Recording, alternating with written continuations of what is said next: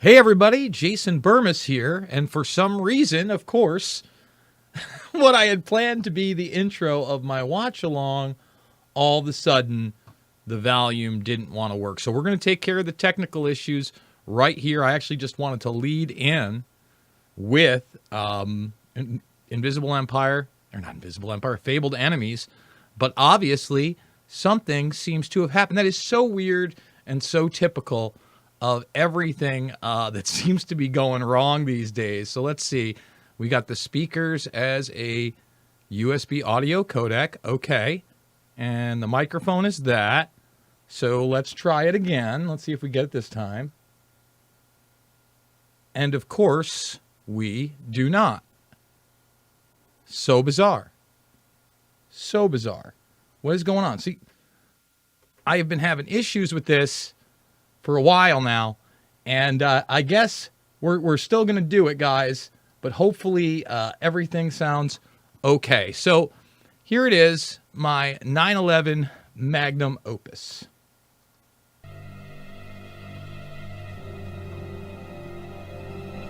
Before we do, we've got another check of the weather from Mr. Roker. Al, it is such a pretty morning, isn't it? Perfect fall morning.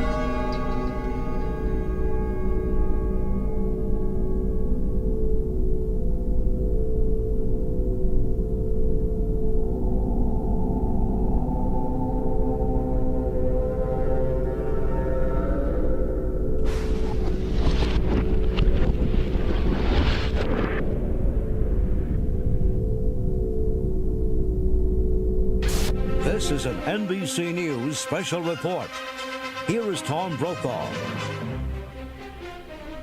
September 11th, the year 2001, a day unlike any other in the long course of American history, a terrorist act of war against this country.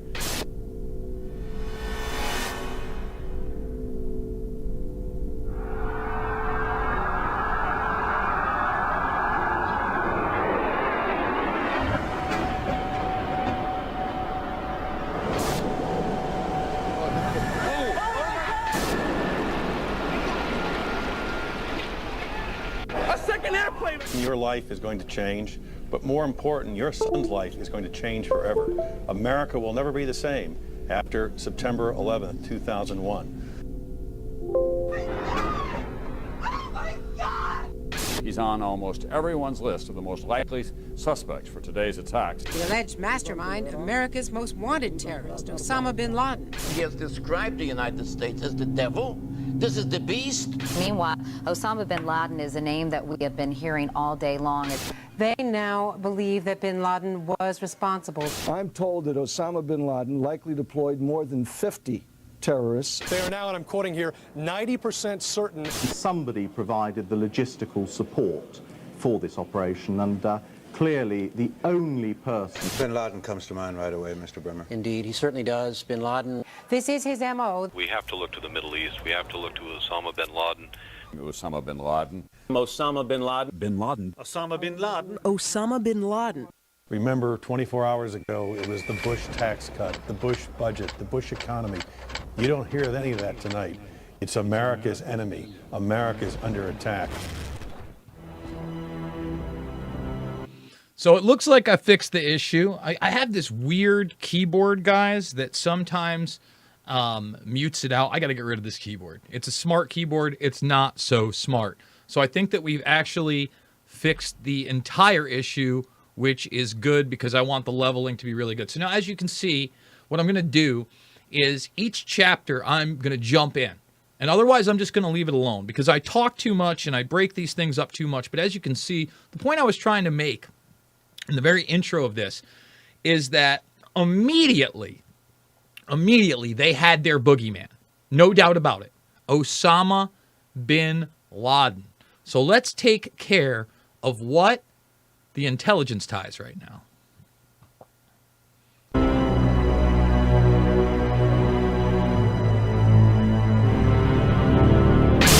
Within hours of the attacks on the Trade Center, there seemed to be one suspect. Billionaire terrorist Osama bin Laden and his band of ragtag extremists Al-Qaeda were to blame. They successfully struck the #1 military power in the world in an unprecedented fashion. America would never be the same. The Patriot Acts, Homeland Security, domestic wiretapping and surveillance, the loss of civil liberties, all in order to fight terror and protect us here at home.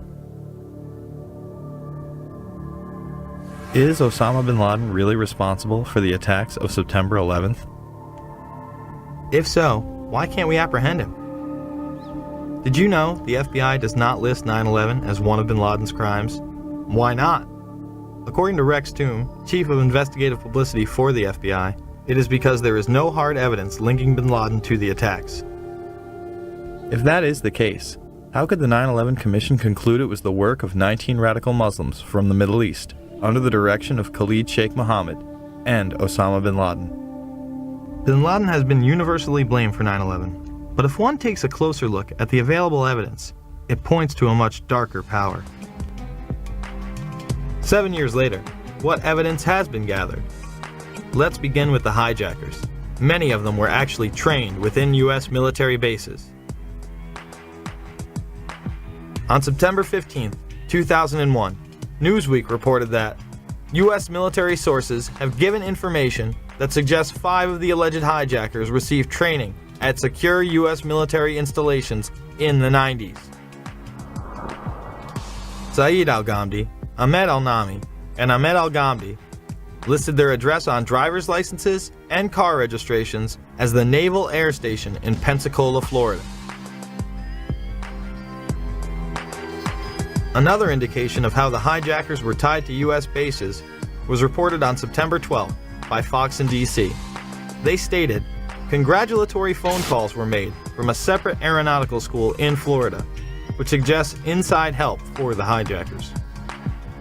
Now, here at Embry-Riddle School in Daytona Beach, investigators say that they did indeed intercept cell phone calls that originated out of here, calls that were congratulatory after yesterday's attacks, calls the feds say were made by terrorist sympathizers here in Daytona as well as in Broward County.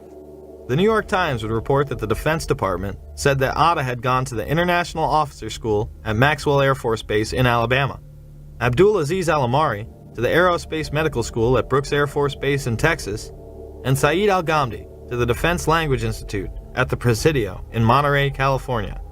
The Vice Chancellor for Student Affairs at the Defense Language Institute where al-Ghamdi trained went public and said, Bush knew of the impending attacks on America. He did nothing to warn the American people because he needed this war on terrorism. He was quickly disciplined and threatened with court-martial. Even when neighbors called the CIA on hijacker Walid al-Shiari, nothing was done. Now, you might think that some of the neighbors would be shocked to find out that a suspected terrorist lived right down the street from them, but at least one woman we spoke with was not surprised at all.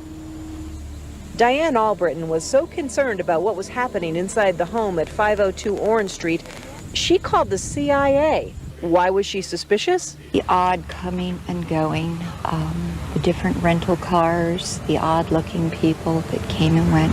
At that time, she says, the agency was not interested. How could it be that the CIA wasn't interested in this woman's story? Other government officials would go public as well. J. Michael Springman, a former head of the Visa Department in Jeddah, Saudi Arabia, would blow the whistle that the United States was taking part in covert programs as far back as 1987 to funnel in and protect Islamic terrorists.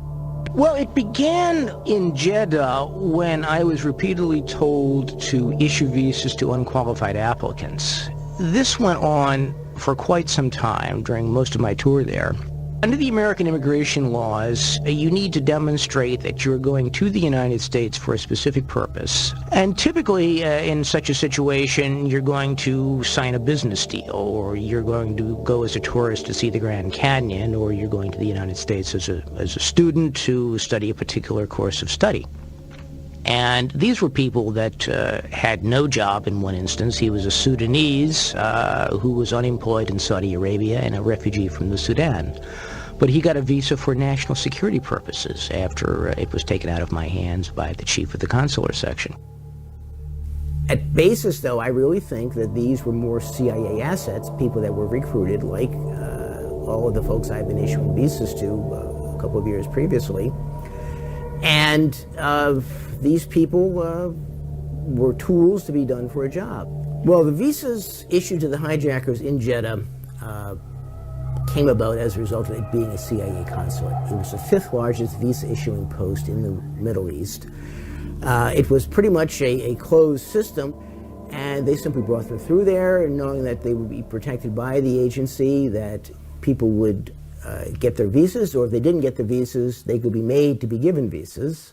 Once I got back to the United States and was out of the Foreign Service, I ran across a couple of people with ties to the American government that told me another story, that the CIA was recruiting fighters for the Afghan war against the then Soviets, and that their asset, Osama bin Laden, was working with them.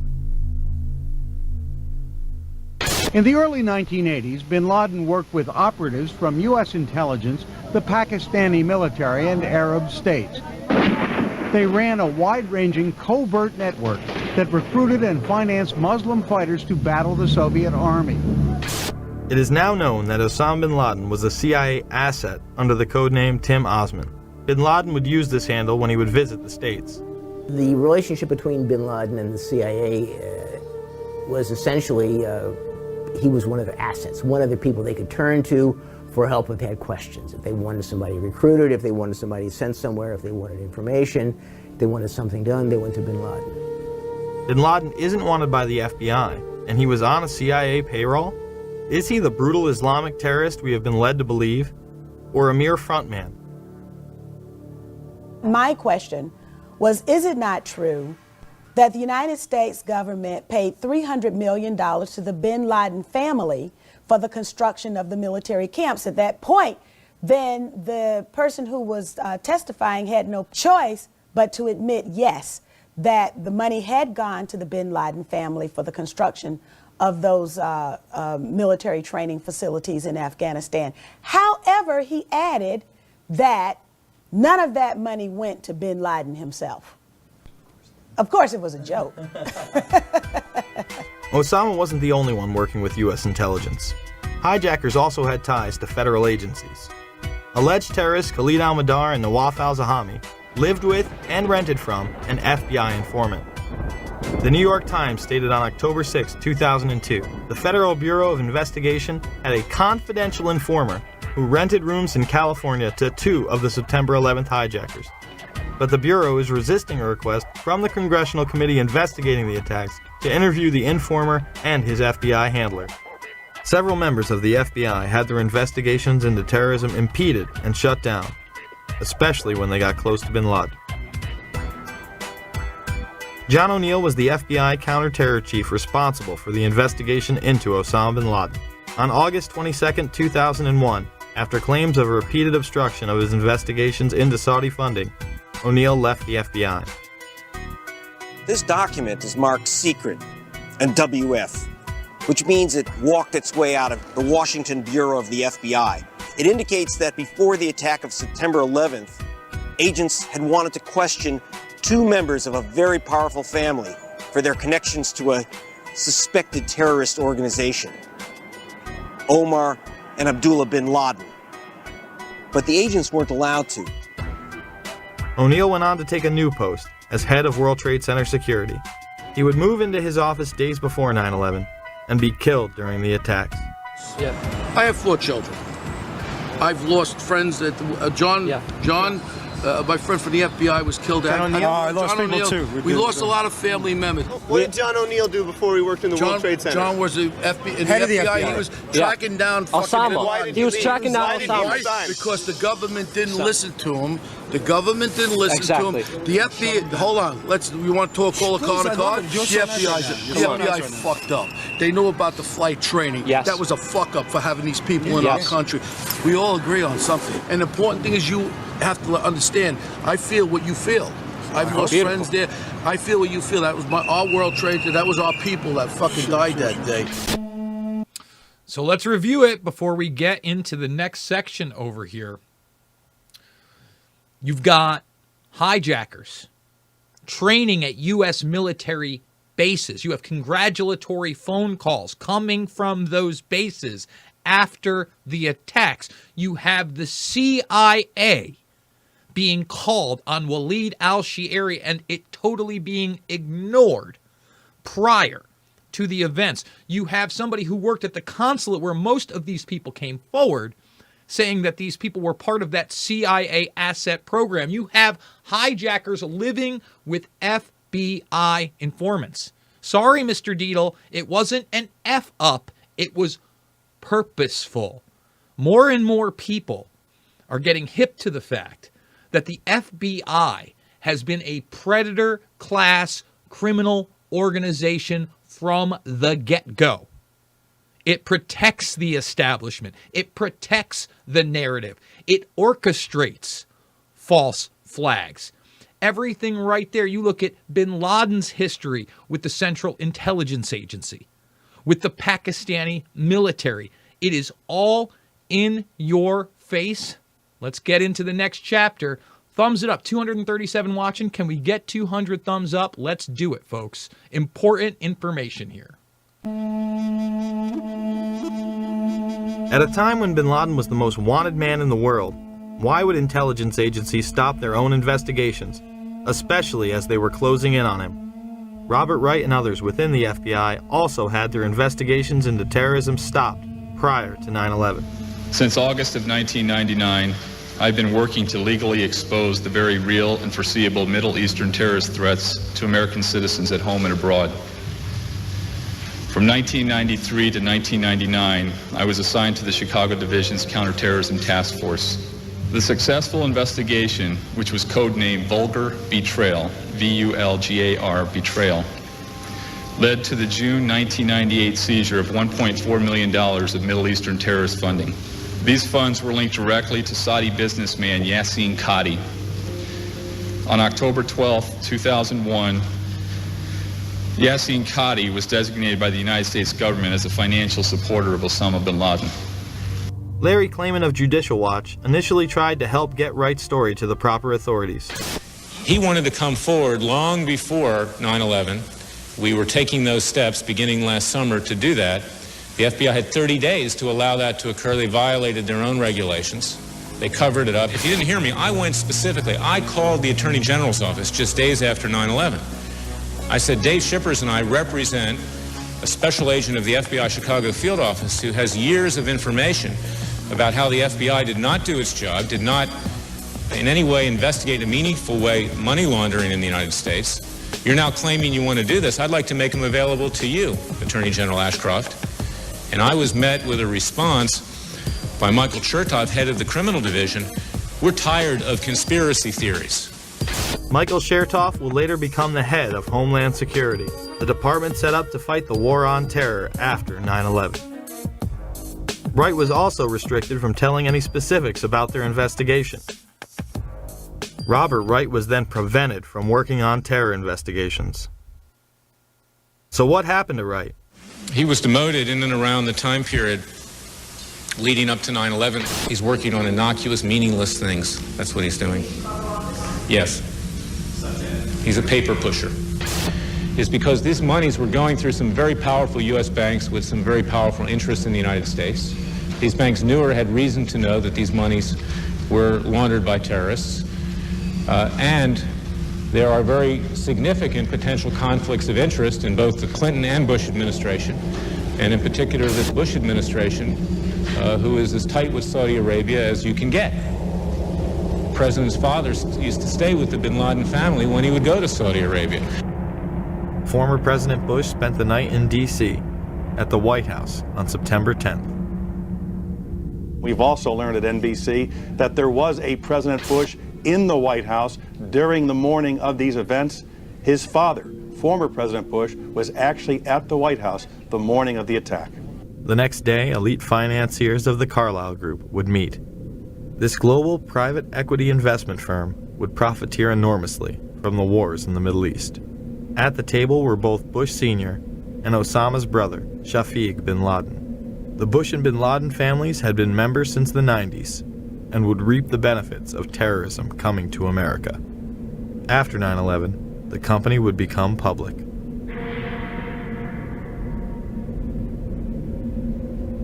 All I do agree with you is on one thing.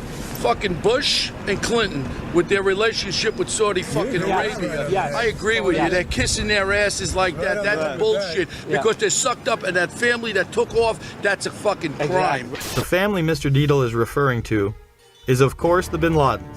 While all domestic flights were grounded, suspects closest to the supposed mastermind behind 9/11 were allowed to leave on chartered flights.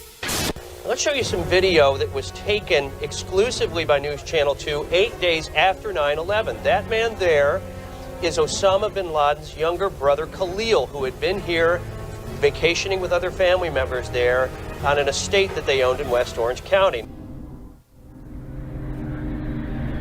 So we're going to get into Able Danger in a moment, but let's do the recap.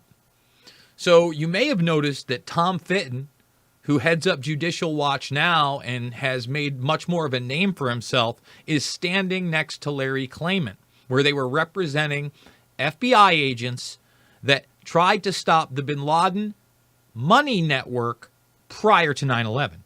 You'll also note that Chertoff, who got promoted to the head of Homeland Security, which is completely corrupt and has openly turned its focus on domestic terror, white supremacy, and what? American citizens, also had a cousin named Benjamin Chertoff.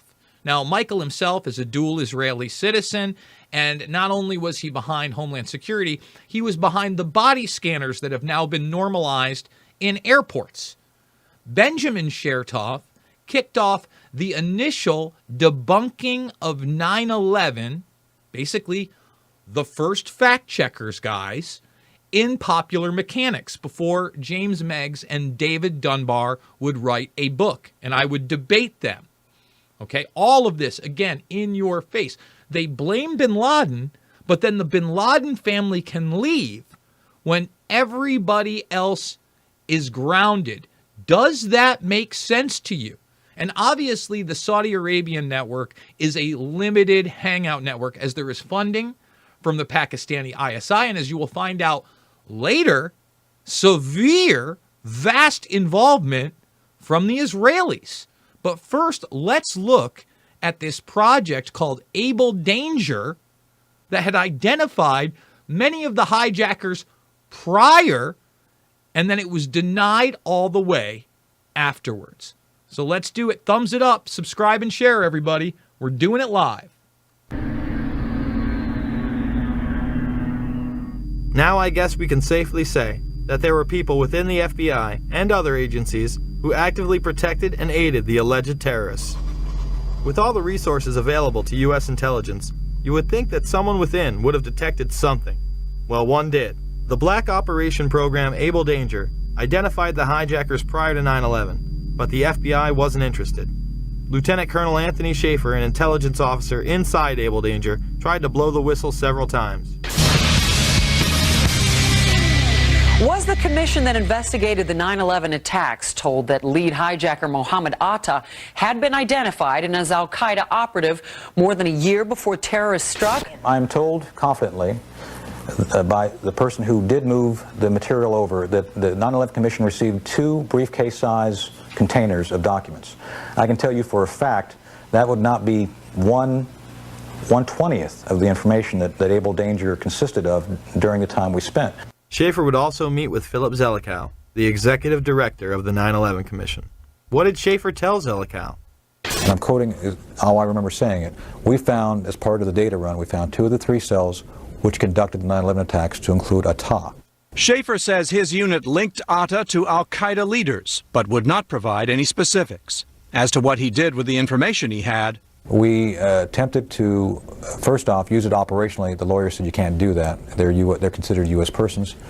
Therefore, at that point in time, we made a determination as a team that we should move this information to the FBI. But he says beginning in September 2000, 3 meetings he set up with the FBI were each canceled by military lawyers. Despite all of this, the 9/11 Commission would deny it any significance and not include it in the report. Leaving a project targeting al-Qaeda as a global threat a year before we're attacked by al-Qaeda is equivalent to having an investigation of Pearl Harbor and leaving somehow out the Japanese. Schaefer and his team tried to stop the hijackers prior to 9/11, but were blocked. Later, the military would begin a smear campaign against them in order to discredit their findings. A Pennsylvania congressman says there's a smear campaign going on inside the Pentagon, and he wants the defense chief to get to the bottom of it. Republican Congressman Curt Weldon says Pentagon officials are trying to ruin one of their own who's gone public about a top-secret military intel unit. Lieutenant Colonel Tony Schaefer, who was the first member of Able Danger to go public, has now been told in writing by the Defense Intelligence Agency that he can't speak to members of Congress or their staff without prior approval. And now a security clearance, which allowed him to deal with classified information, has been pulled. The congressman says Schaefer has been gagged, punished for speaking up. It's obvious to me this is a clear attempt to silence this guy, but now even more than to silence him, to ruin him as a person and a military officer. I've talked to all the Able Danger players, and they all agree this is a witch hunt against Tony. It's wrong, it's un-American, it's unacceptable. Pentagon reportedly does not want the public to hear next week's Senate testimony about the former secret intelligence unit known as Able Danger. Two congressional sources have told Fox News that the military's pressuring senators to move the hearings behind closed doors. When the Able Danger hearings were held, Schaefer and others were gagged. Eventually, Schaefer would be able to speak at a whistleblowers hearing. Many of us take seriously our oath of office to support and defend the Constitution against all enemies, foreign and domestic. Let me be upfront here. I am no Boy Scout. I was not hired as an intelligence officer because I hung out at the Christian Science reading room. My job is to get information using tried and true intelligence methodologies. According to my legal counsel, until I disclosed the Able Danger information, I was a rock star. It was my work as a chief of DIA's Special Mission Task Force back in 1998 that I became involved with Able Danger. My officers and I were working at the cutting edge of technology and DoD black operations. Most of all of my operations and operational records remain classified. With all this evidence, why did the 9/11 Commission and Pentagon suppress valuable information about the hijackers' activities leading up to the attacks? So before we get into the Israeli operative section, I do want to talk about Tony Schaefer for a moment. I met Tony a little over a decade ago at an event that we were both speaking at in regards to 9/11. I discussed with him not only Able Danger, but what he thought about the war games that were going on, Amalgam Virgo amongst them, in and around 9/11. And he was a little bit dismissive. Obviously, he's been in some mainstream circles. We've seen him on Fox News, amongst other places. But the question is, will we ever get the full story of 9/11 and Able Danger and this program and the documents that they have regarding this program? Because as you know and I know, when they tell you that this stuff has to be destroyed, it is archived somewhere. Now, it's probably hard asset archived that you may never find it in a computer database or system, but it has to be acknowledged. Again, they lied up and down about this network, and this network was clearly on multiple agency? Remember, the FBI, again, the protectors, refused to have those meetings with Schaefer and military protection. So let's do it. Let's dive in to the Israeli operatives. Over 330 people watching. Can we get 200 plus thumbs up, folks? Let's share this information with others.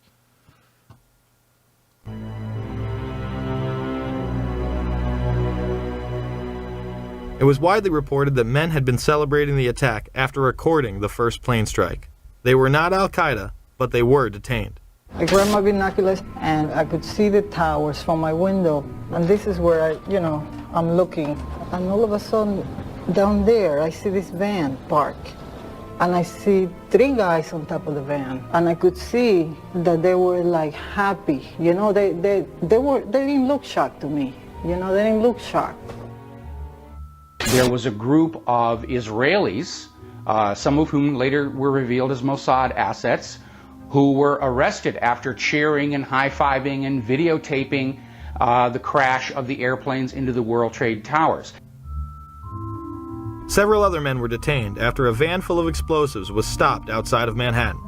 Earlier, we had heard that an FBI spokesperson said that there was a report on the George Washington Bridge, which is another facility which you folks are responsible for policing, a report that there had been a van stopped there that had explosives. Asked this week about another sprawling investigation and the detention of 60 Israelis since September 11th, the Bush administration treated the questions like hot potatoes. I would just refer you to the Department of Justice with it. I'm not familiar with the report. I'm aware that some Israeli citizens have been detained. With respect to why they are being detained and the other aspects of your question, whether it's because they are in intelligence services or what they were doing, I will defer to the Department of Justice and the FBI to answer that. On March 6, 2002, a draft report from the DEA said it may well be an organized intelligence gathering activity.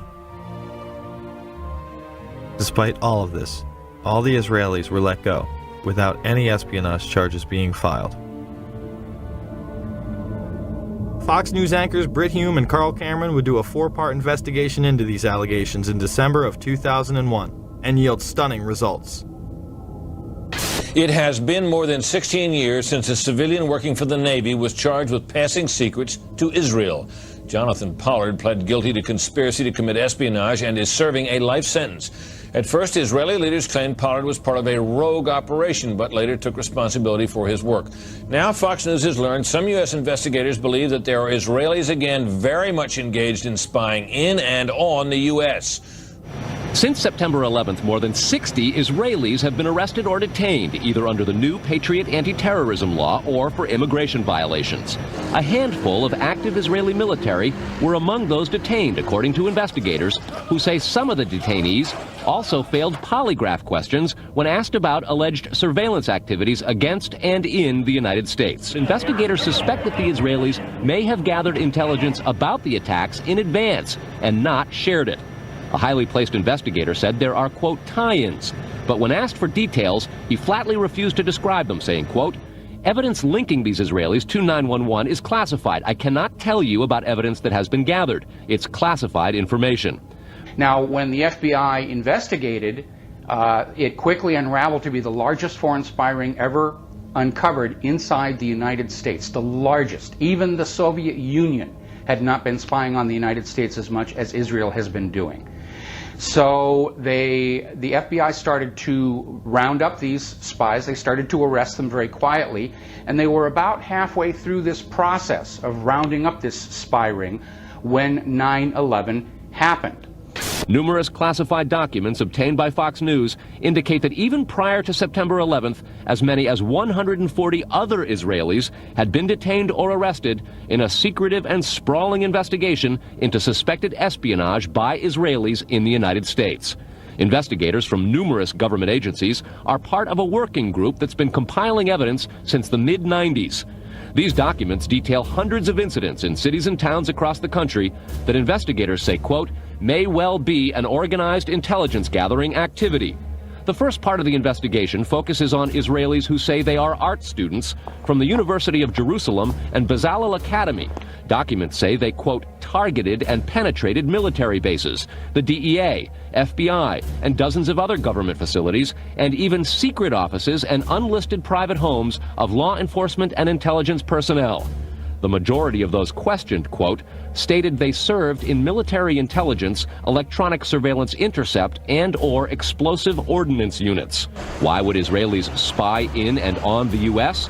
A General Accounting Office investigation referred to Israel as Country A and said, quote, according to a U.S. intelligence agency, the government of Country A conducts the most aggressive espionage operation against the U.S. of any U.S. ally. The document concludes, quote, Israel possesses the resources and technical capability to achieve its collection objectives. What about this question of advanced knowledge of what was going to happen on 9/11? How clear are investigators that some Israeli agents may have known something? Well, it's very explosive information, obviously, and there's a great deal of evidence that they say they have collected, none of it necessarily conclusive. It's more when they put it all together. A bigger question, they say, is how could they not have known? Almost a direct quote, Brett. It is now apparent that this intelligence ring was inside the U.S., had prior knowledge of 9/11, and had a classified role in 9/11, which officials refused to discuss. It was also able to penetrate U.S. intelligence agencies and secret offices, yet all were released. The men who were detained due to the report they were taping the first plane crash and then celebrating and joking about it actually went on television and admitted it was their job to record the attack.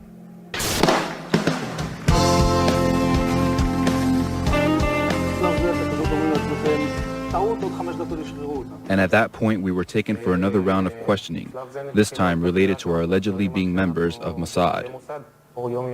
The fact of the matter is, we are coming from a country that experiences terror daily. Our purpose was to document the event. How could they have known about the attack? And who sent them to document it? The evidence points to a large intelligence network inside the United States that had teams on the ground, such as the ones recording the attack, and electronic surveillance teams gathering information. Another team who was involved that day detonated explosives on the ground. We have both suspects under K. We have the suspects who drove in the van, the van exploded. Yeah, I just want to make sure you and your guys are all right over there, K, that's all. You know, we have both Trans driven that exploded. What location? King Street between 6 and 7. Shooting is on the scene on King 6 and 7. What unit are you? How would these teams obtain their information?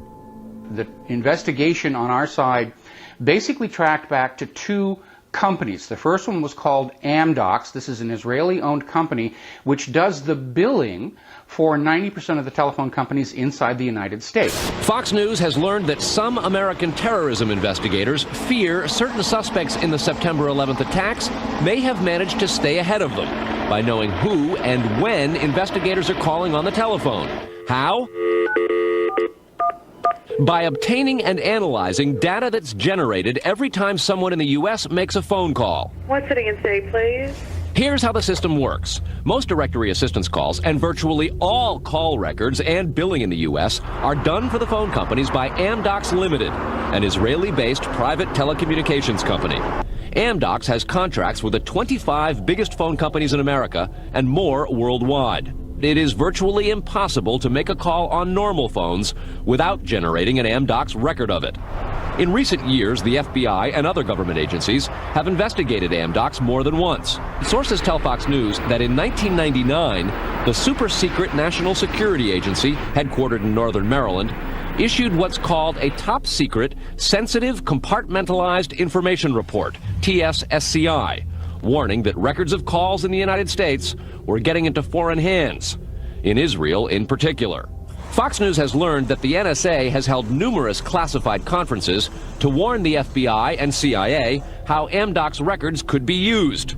So if you know the name of a police officer, or even if you know the name just of an informant, you can follow that network of who is talking to who and basically determine that whole association of names and contacts that represent that unit of operation. Fox News has documents of a 1997 drug trafficking case in Los Angeles in which telephone information, the types that Amdocs collects, was used to, quote, completely compromise the communications of the FBI, the Secret Service, the DEA, and the LAPD. Amdocs would not be the only company with ties to the Israeli government. Israel was also gathering information from a separate business, Converse Infosys, who was also listening in. This company, inside the United States, installs and maintains the phone tapping equipment that law enforcement and the government use to eavesdrop on your phone calls. The company is Converse Infosys, a subsidiary of an Israeli-run private telecommunications firm with offices throughout the U.S. It provides wiretapping equipment for law enforcement. Here's how wiretapping works in the U.S. Every time you make a call, it passes through the nation's elaborate network of switchers and routers run by the phone companies. Custom computers and software made by companies like Converse are tied into that network to intercept, record, and store the wiretapped calls, and at the same time transmit them to investigators. We know we just had this FISA bill go through that granted immunity to the telecom companies. It was Converse Infosystem that was setting up all these special rooms and all the switching centers where the law enforcement or the government or whoever could simply push a button and listen to your phone call. Gone are the days of the little alligator clips and wires needed to eavesdrop on a phone call. They can sit in a room anywhere in America, touch a few buttons and listen to your phone calls. But the complaint about this system is that the wiretap computer programs made by Converse have in effect a back door through which wiretaps themselves can be intercepted by unauthorized parties.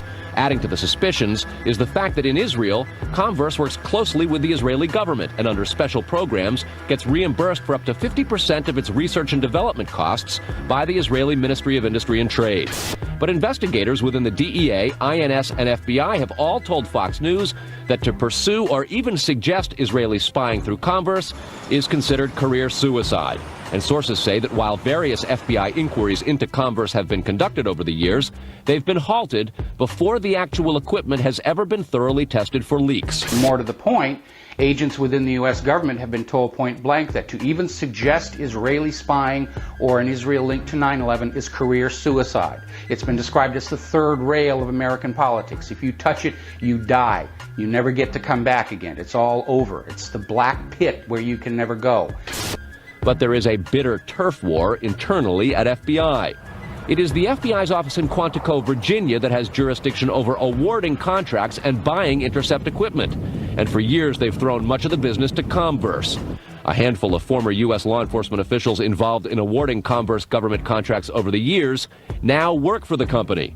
Numerous sources say some of those individuals were asked to leave government service under what knowledgeable sources call troublesome circumstances that remain under administrative review within the Justice Department. And what troubles investigators most, particularly in New York in the counterterrorism investigation of the World Trade Center attack, is that on a number of cases, suspects that they had sought to wiretap and surveil immediately changed their telecommunications processes. They started acting much differently as soon as those supposedly secret wiretaps went into place. Somehow, suspected terrorists who were being surveilled by these very Israelis were able to change their behavior to elude the FBI. Israel's former Prime Minister, Benjamin Netanyahu, would boldly state that, "We are benefiting from one thing, and that is the attack on the Twin Towers and Pentagon." The United States has wholeheartedly supported essentially state-sponsored terrorism, both domestically in Israel and as part of Israel's foreign policy. The American relationship with Israel is the root cause of most of the problems the United States is facing around the world today. Well, I would say this, that there's one big elephant in the living room. It's never asked about. People don't like to put it on any video or anything like that. But it is the relationship between the United States of America and the State of Israel. It's the fly in the ointment. It's gotten us into a peck of trouble in the Middle East. So obviously, before we get into the cover-up chapter, we have a lot, and I mean a lot, to break down about the Israeli involvement.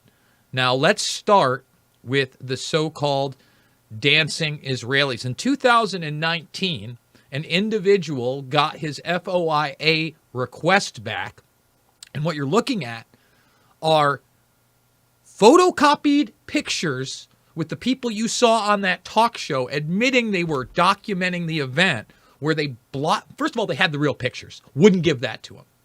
He asked for video, and he actually contacted me. We have a DM conversation back in the day. And remember, they don't have to give you all their records. They say the original pictures that were taken were destroyed. Now, you look at some of these, okay, and we're going to scroll down, and you can see here's a picture of basically where these people were, and there they are on top. There's a picture of these guys, this one right there. That's him holding up a lighter as the Twin Towers burn in the background, but you can't see that because, once again, and he's pointing at the towers, because all they've given you are photocopies with these people's face. Why would you blank out their faces? We know who they are. And by the way, at this same article, you can watch that entire Fox report, which lets you know what? This group was the largest spy ring in the United States ever. It was on their radar prior to 9/11. People had been rounded up before 9/11 and after 9/11. Alan Dershowitz is the one that negotiated the deal where they were sent back. Colin Powell, Ari Fleischer, they all acknowledged this, okay? And then you get into the exploding van. There are so many people that talk about these people here, being pulled over in a van in which the police dogs smelled explosives and everybody was on edge. What they don't tell you about is there was a separate van that exploded on King Street. No one wants to talk about that. And here's the deal. This film did not deal with any of the physical anomalies or theories that many of which are based in real science. There's a lot of disinfo out there too. This dealt with the things that we could document on the record, the backstory. And I would encourage people to look even further into the Israeli angle of this, into things like urban moving systems and the gelatin art students that were in the World Trade Center that literally were able to remove one of the windows in the World Trade Center as a helicopter with Josh Harris in it. People need to look up Josh Harris, okay? Filming them doing it. And pictures of them with what appear to be boxes of explosives behind them in the building.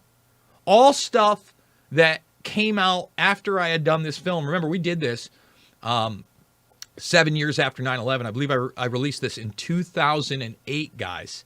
We're almost at the 15th anniversary of this documentary. So again, to recap, huge spy ring, exploding vans, okay, government agencies penetrated, secret bases penetrated, the Secret Service, the IRS, the DOD, and beyond. So now we are going to get into what? The cover-up. Here we go, folks, because the cover-up is big.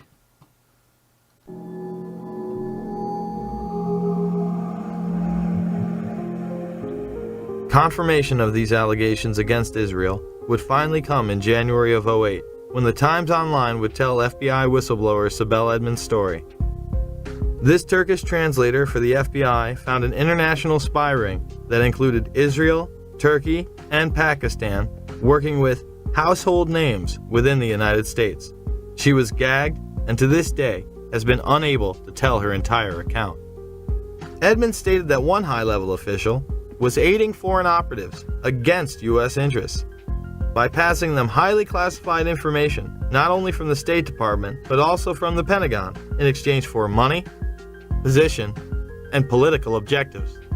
The article stated that the Turks and Israelis had planted moles in military and academic institutions which handled nuclear technology. The Pakistani operation was led by General Mahmoud Ahmed, then the ISI chief. Intelligence analysts say that the members of the ISI were close to Al-Qaeda before and after 9/11. Ahmed was accused of sanctioning a $100,000 wire payment to Mohammed Atta, one of the 9/11 hijackers, immediately before the attacks. Oddly enough, General Ahmed would be in Washington, D.C., meeting with George Tenet, the current director of the CIA, and others, in the weeks before the attacks. In fact, on the morning of 9/11 itself, he would be having breakfast with Senator Bob Graham and Porter Goss. These two men would co-chair the initial congressional investigation, and Goss would later become the head of the CIA. I was trying to make the point that Ahmed didn't hide the fact, when we met with him in Pakistan and when he was in Washington, that he was close to the Taliban, that was his job, to be close to the Taliban. Graham would go on PBS and have this to say. I was surprised at the evidence that there were foreign governments involved in facilitating the activities of at least some of the terrorists in the United States. I am stunned that we have not done a better job of pursuing that to determine if other terrorists received similar support, and even more important, if the infrastructure of a foreign government assisting terrorists still exists. Most of that information is classified, I think overly classified. I believe the American people should know the extent of the challenge that we face in terms of foreign government involvement. In that report, 27 pages would be completely redacted. And do you think that will ever become public? Which countries are talking about? It'll become public at some point when it's turned over to the archives, but that's 20 or 30 years from now. We need to have this information now. Are you suggesting that you are convinced that there was a state sponsor behind 9/11? I think there is very compelling evidence that at least some of the terrorists were assisted, not just in financing, although that was part of it, by a sovereign foreign government. The day after the attacks, it was apparent that some people within the government were aware of the Pakistani funding of al-Qaeda. Secretary Powell, one country you didn't mention was Pakistan, and I understand that your deputy has spoken with the ambassador to Pakistan. Deputy Secretary Armitage did meet with Pakistani officials today. It would be useful to point out to the Pakistani leadership at every level how helpful they might be if we find a basis to act upon that information. Senator Joe Biden, who had also met with the head of the Pakistani ISI, would have harsh words on the Senate floor. And the word should go out to those who pretend that they wish to be our friends, that they're going to have to make some very difficult choices. Pakistan in particular is going to have to make a very difficult choice very soon. Words will not be sufficient. Actions will be demanded. When Biden was confronted, he confirmed his meeting with Ahmed, saying Pakistani intelligence was indeed funding the Taliban. Sir, one question. In the days following 9/11, you met with the head of Pakistani ISI, General Muhammad Ahmed. It has since come to light that he ordered Saeed Sheikh to wire $100,000 to Muhammad Atta. Why was he allowed to go back to Pakistan, and why wasn't he questioned, and why were you meeting with him? I met with him to deliver a message that if he didn't stop supporting the Taliban, we would take him out. Why did we let him go? We let him fly freely. We never investigated him. We never even looked into him. Look, there's a thing called diplomatic passports. We did not arrest Khrushchev when he came. But he financed the hijackers, and you let him go, and he's free. He hijacked the hijackers. No one knew he financed the hijackers. It's wired. It's reported. He would later state that the information was indeed classified. How did you know the ISI was helping the Taliban, sir? How did you know they're helping them out? It is classified? Pakistan was set up as the silent funding arm of the hijackers. They were used as a launching base for the occupation of Afghanistan. To review, we have just learned that many of the hijackers had ties to U.S. military installations, the FBI, and the CIA. That both Israel and Pakistan have classified roles in 9/11 to this day, and the man who co-chaired the initial investigation into 9/11 stated this information would be classified for at least 20 to 30 years. Virtually none of this information was in the 9/11 Commission report. Instead, you are expected to believe that Osama bin Laden carried out the attacks alone. Yet 2 wars and 7 years later, he's still on the loose. The bipartisan commission was full of insiders, who whitewashed the events of that day to the point it was comical. 5 years after the horrors of 9/11, there's a new way to look at those unforgettable images. Through color, caricature, and captions, comic book veterans Ernie Colon and Sid Jacobson have brought to life the 9/11 Commission report. It took a year and a half to distill 600 pages down to less than 150. When you hear about the idea of the 9/11 Commission report as essentially a comic book, your first reaction is, what are you, crazy? It's accurate. I mean, the graphic version is accurate. That's what happened. Thomas Keane was the co-chair of the commission with Lee Hamilton. They would write a book together called Without Precedent. In it, he would claim that Norad and the Pentagon did not tell the truth, and that indictments were considered. If the report itself wasn't accurate, how could the comic book be? Thomas Keane is now traveling the country in order to instruct teachers on how to teach 9/11 to their young, impressionable minds. The 9/11 Commission was such a cover-up that Max Cleland, an appointed member, went off on Wolf Blitzer. A deal announced yesterday between the White House and the commission investigating the September 11th attacks is proving to be rather controversial. Under the agreement, only certain members of the commission will be allowed to review classified documents from the White House, and their notes will be subject to administration review. Today, some relatives of people who were killed in the attacks criticized the agreement And our next guest, who's a member of the commission, claimed the deal is disgusting. Former Georgia Senator Max Cleland, a Democrat, joins me here. Well, you've used the word deal 3 times. I don't think the 9/11 Commission ought to be making deals with our own government under the responsibility we have from the Congress and our responsibility to the American people to get all the facts, and let all the commissioners look at those facts. Now, we've had to subpoena the FAA for those documents. We've had to subpoena Norad for those documents. I'm in favor of subpoenaing the White House for the documents we need so that all the commissioners can get to see all the documents that we need. That's the only way we can face the American people and the families and say we have done a thorough investigation independently of the White House and the entire executive branch. The president has said only a minority of the commission can see a minority of the documents, and then they have to clear what they're going to say to the rest of the commission with the White House. If you're one of those 4 that gets to see these documents, would that change your opinion? No. They don't want any more eyeballs to see their documents than they can possibly get away with. It's a scam. It's absolutely disgusting. Cleland would later resign. Well, they have something to cover up, and the 9/11 Commission, of course, was a master cover-up. We know that. The question is what it was covering up. I don't believe the reports on September 11th put out by the 9/11 Commission or by Congress. I've seen one put out by the 9/11 Commission, and it was basically hundreds of pages of nothing. It was very generic. It was very indirect, indistinct, devoid of facts, devoid of hard positions. It was things like mistakes were made. We need to improve human intelligence. This is nothing. I mean, it's like, yes, I stand for truth, justice, and the American way. But it was vapid. It was a waste of time and money, but gives the impression that, oh, yes, the government is doing something, the government is studying the issue. Well, what makes me really disappointed, and that's an understatement, is that Congress's role is oversight.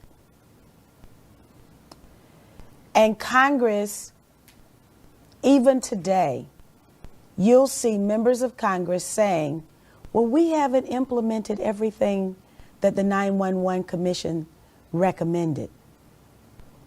And the 9/11 commissioners have said that the administration obstructed them, lied to them. The staff statements were described by various commissioners to be an indictment of the FBI in particular, but also an indictment of the CIA. I don't think the chairman and I have ever characterized the staff statements as an indictment. It's possible others have done that. We have not. And Tom and I have heard repeated praises from people in your business, in the media business, thanking us for the quality of those statements. I would second that, and by the way, I never, ever would correct the vice chairman, but I'm afraid I did characterize one of those statements as an indictment. So how can you start with a document that you know is false and take that to the American people as a document by which Congress's accomplishments should be measured? Dennis Kucinich would present 35 articles of impeachment against the Bush administration in June of 2008. He would stand before the House for almost 3 hours before reading the last few articles, which were regarding 9/11. He alleged that the administration had not acted on specific warnings prior to 9/11, that they had attempted to cover this information up, and they had tried to stop any commission from being organized in regards to investigating the attack. Article 33.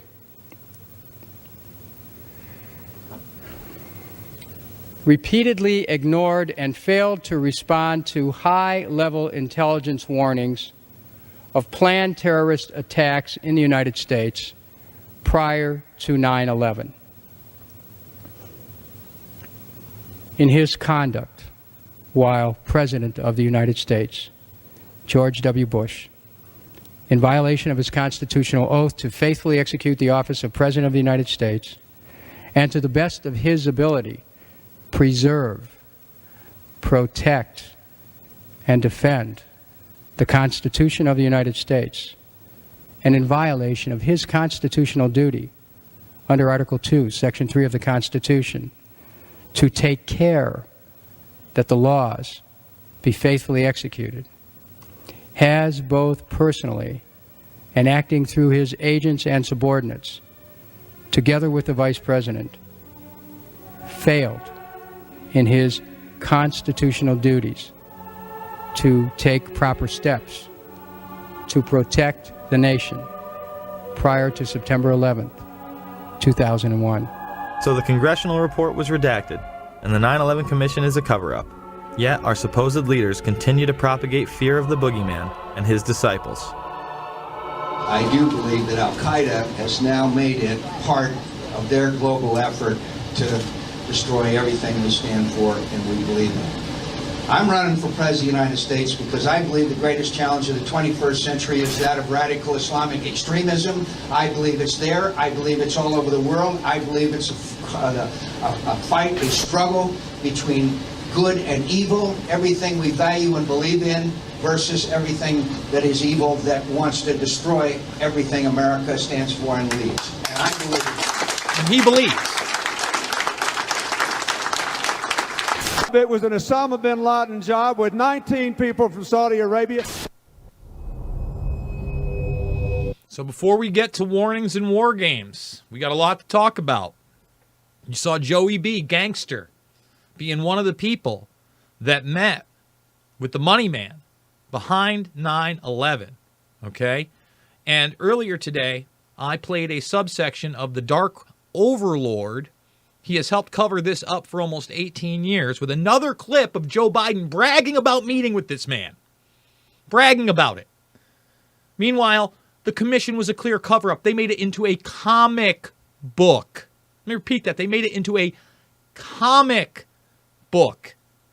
And on top of that, we're going to show you, because we also got into the Pakistani involvement, that the Pakistani military was protecting Osama bin Laden on September 10th in a hospital. Yet again, they were never named in the war on terror.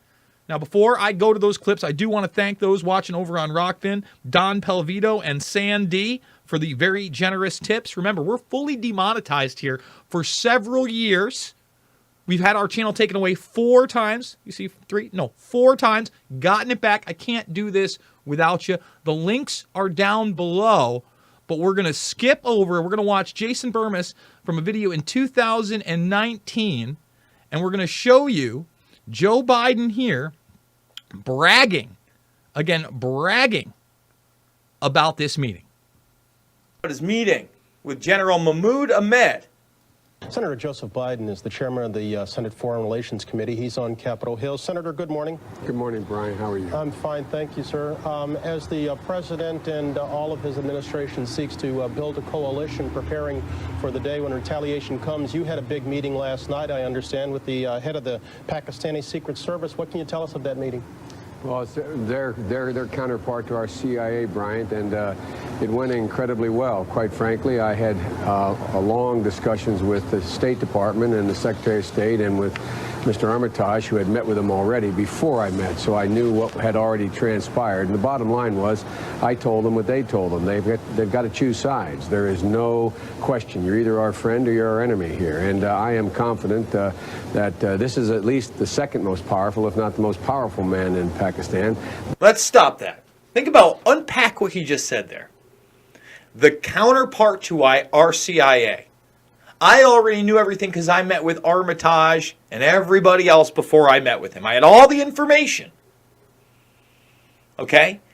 I openly acknowledge that he is at least the second, if not the first, most powerful man in all of Pakistan.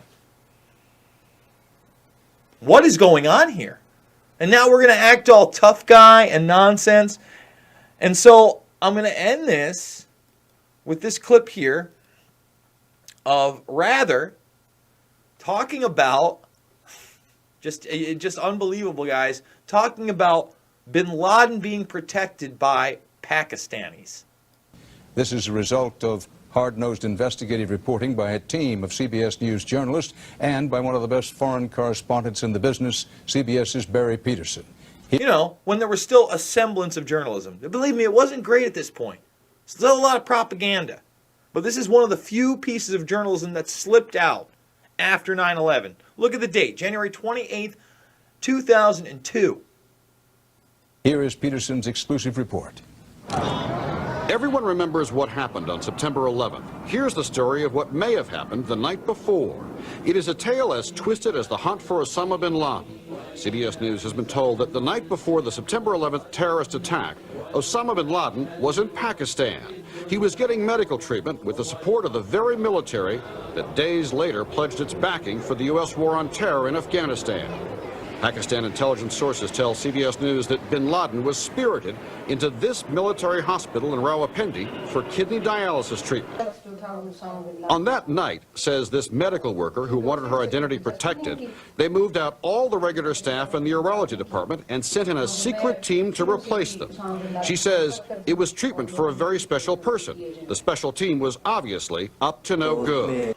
Wow, so on the eve of the attacks, we already have the head of the Pakistani ISI in Washington, D.C. with a scheduled meeting with Porter Goss and Bob Graham, the heads of the Senate Intelligence Committee. He's already wired out of money. He's already stayed in the same hotel as another hijacker.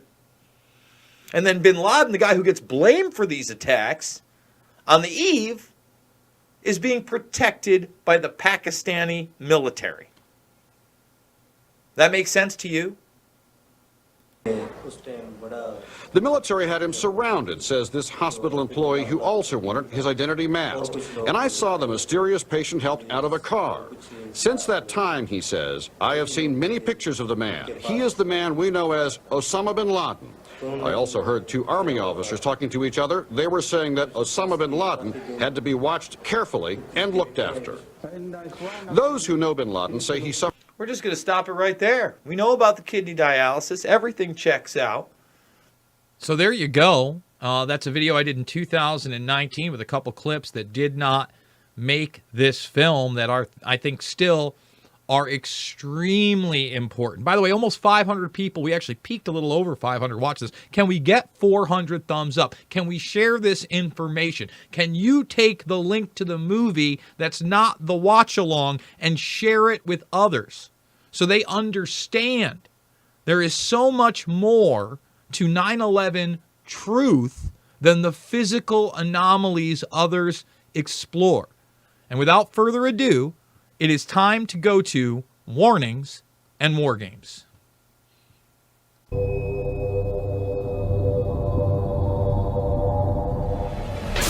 Even bin Laden himself warned us 3 weeks earlier. Osama bin Laden warned 3 weeks ago that he would attack American interest in an unprecedented attack, a very big one. There was a report, you'll recall, that the Mossad, the Israeli intelligence agency, did indeed send representatives to the U.S. to warn just before 9/11 that a major terrorist attack was imminent. Prior to 9/11, it was widely reported that hijacked planes could be used as weapons. By Yusuf's group and bin Laden's group to undertake a suicide mission. Norad narrated to us about a plan by the Ramsey cell in the continental U.S. to hijack a commercial plane and ram it to the CIA headquarters in Langley, Virginia, and also the Pentagon. And they found more evidence, pointing to other targets, evidence the Philippine government says it passed on to the U.S. The targets they listed were CIA headquarters, Pentagon, Transamerica, Sears, and the World Trade Center. President Bush even received the Phoenix memo, stating bin Laden was determined to strike in the U.S. in August, right before the attacks. The president was aware that bin Laden, of course, as previous administrations has been well known, that bin Laden was determined to strike the United States. In fact, the label on the president's, the PDB, was bin Laden determined to strike the United States. On August 6, 2001, President Bush was presented a President's Daily Brief article titled, Bin Laden Determined to Strike in U.S. The lead sentence of that President's Daily Brief indicated that bin Laden and his followers wanted to follow the example of World Trade Center bomber Ramzi Youssef and bring the fighting to America. The article cited a more sensational threat, reporting that bin Laden wanted to hijack a U.S. aircraft. The President's daily brief item included information from the FBI indicating patterns of suspicious activity in this country, consistent with preparations for hijackings. The president broke his silence today about the revelations earlier this week that he had been briefed before September 11th about a possible al-Qaeda hijacking plot. The comments took place in the White House South Lawn setting where the press could not ask questions. While he was honoring the Air Force football team, his comments diverted to what has become topic A in Washington. You know what's interesting about Washington? It's a town, unfortunately, it's the kind of place where second guessing has become second nature. What I want to say to my Democratic friends in the Congress is that they need to be very cautious not to seek political advantage by making incendiary suggestions, as were made by some today, that the White House had advance information that would have prevented the tragic attacks of 9/11. Clark confirms that in June, July, and August 2001, the Central Intelligence Agency warned the President in daily briefings of unprecedented indications that a major al-Qaeda attack was going to happen against the United States. It was so well known that the United States had done several drills with this exact scenario prior to 9/11.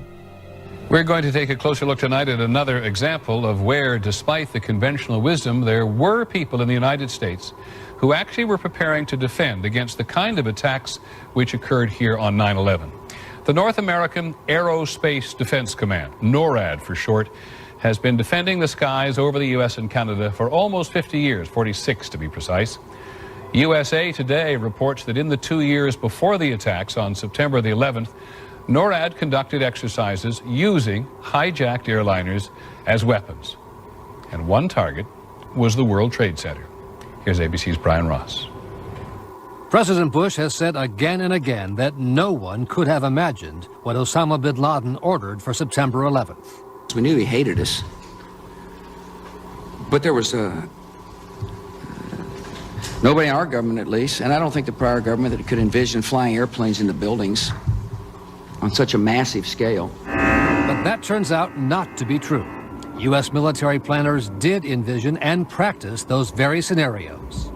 As reported by USA Today, the North American Aerospace Defense Command, NORAD, conducted exercises with fighter jets, simulating hijacked planes flown into the World Trade Center in the 2 years before the attacks. Pentagon planners also envisioned the attack on the Pentagon 5 months before it happened. One of these drills was run on June 1st and 2nd of 2001. Amalgam Virgo was an exercise where multiple attack scenarios would be occurring simultaneously, including attacks from cruise missiles, unmanned aerial vehicles, and hijacked aircraft. The scenario also envisioned a hijacker taking control of a commercial aircraft and slamming it into the nation's capital. The exercises would constantly be monitored by military satellites and planes. Osama bin Laden was the poster boy for this plot, appearing on the cover. Isn't it a fact, sir, that prior to September 11, 2001, NORAD had already in the works plans to simulate in an exercise a simultaneous hijacking of 2 planes in the United States? Colonel Scott, do you have any data on that? I'm not aware of that, sir. I was not present at the time. That was Operation Amalgam Virgo. Yes, sir. So what did happen on 9/11? The truth is, there was a lot more going on that day than we are being told. There were several war games and exercises being run simultaneously, involving multiple government agencies. John Fulton and a team from the CIA would be conducting a drill at 8:45 a.m. out of the National Reconnaissance Office in Chantilly, Virginia, in which a plane is crashed into a building. Other drills would literally cripple our defensive and investigative abilities on that morning. But this very interesting information, Katie, Matt, and Tom, from the FBI, they have been operating a massive exercise from their hostage rescue unit. All of their top teams, about 50 personnel, helicopters, equipment, were in Monterey, California for the last 2 days, scheduled to fly back today commercially. So all of those people are out of place. It's fair to say, according to sources that we've talked to here at NBC, that the FBI rescue operations and other FBI operations are really in chaos right now because they can't reach their officials in New York. All of their phone lines are down. And now you've got all of their special experts on this stuck in Monterey, California, trying to get a military flight back because there are no longer commercial flights. So they are seriously out of pocket. And there is a real breakdown of the FBI anti-terror coordination team, which is, of course, the principal team that would lead any effort. I actually found myself in Montana with 50 state emergency managers, the director of FEMA, his top staff at the National Emergency Management Association conference, number of emergency managers from New York State, from Pennsylvania, from Virginia, Maryland, the district, most in New England, made the flight on a C-130 last night. It was one of the only flights across the country, a military aircraft. Northern Vigilance would redirect fighter jets out of the northeastern sector to patrol Canada and Alaska. Vigilant Guardian and Vigilant Warrior were exercises involving hijacked aircraft that would go in and out of radar. These would appear real to those involved. We fought many phantoms that day. We got many aircraft calls inbound that morning that turned out to be phantoms. During that time frame, we had multiple aircraft called hijacked all over the country. These exercises would not cease until after United 93 was brought down and the attacks were over. Open line. Surveillance, Sergeant Richmond. Sergeant Richmond, Sergeant Light from Cheyenne Mountain Test Control. How are you? I'm doing fine. Okay, I need you to terminate all exercise inputs coming to Cheyenne Mountain at this time. Copy. And stay on loop until I verify that the connectivity is disconnected on the exercise side only. Okay, no, do not do any more inputs on the exercise side and stand by. I got Cheyenne Mountain on the line. Terminating all exercise inputs. So, Grover, in case you didn't know, there's exercise. Oh, yeah. In fact, more hijackings were thought to be taking place. On the radar scope, and it's not just a video game. It's actually people's lives that you're trying to keep from running into each other. Other planes were thought to have been hijacked and almost shot down. An aircraft inbound to Whitehorse from Alaskan airspace was a hijacked aircraft, and that the military flight crews were aware of this, and they were en route to intercept the aircraft. Some of these war games and their details remain classified to this day. So is it any wonder that Donald Rumsfeld gave these warnings to military personnel the day after the attacks? Finally, I'd like to say a word or two to the men and women in the defense establishment, most of whom deal with classified information. When people deal with intelligence information and make it available to people who are not cleared for that classified information, the effect is to reduce the chances that the United States government has to track down and deal with the people who have perpetrated the attacks on the United States and killed so many Americans. Later in the day, weapons are found planted on several other planes. A U.S. official says of the hijackings, these look like inside jobs. Sources tell Time that U.S. officials are investigating whether the hijackers had accomplices deep inside the airport's secure areas. And then there's the story of Flight 23. As bad as things were on Tuesday, there is a possibility that they could have been even worse. There was some kind of an altercation involving three men described by a Port Authority of New York and New Jersey police source as Middle Eastern in appearance. They attracted the suspicions of the gate staff boarding that flight. They had already gotten on the plane. They're asked to leave the aircraft. They refuse to get off. The airline, following its normal procedures, according to this police source, calls the police, which immediately dispatch an emergency service team. So now you have a squad of heavily armed officers that are coming toward the airplane. And when they get there, the men have vanished.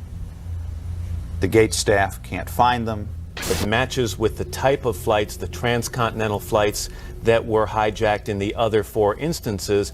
Another disturbing fact, if indeed there was an altercation and these men felt they had a case to make and were being treated unfairly, you can't imagine they would have disappeared from the airport. They would have stayed around and pled their case with the police. It is extraordinarily unusual to have an airline, after it has boarded passengers, be so suspicious that it's going to ask these customers to get off the airplane. We got a phone call from a law enforcement officer who was on vacation, was in the United Airlines terminal at the time. As soon as he approached, they walked out of the terminal and he looked over. He described them as Middle Eastern in both appearance and dress. Not sure what that means, but that was his description. He said when they left the terminal through the glass doors, he saw them meet a third man, and they then left.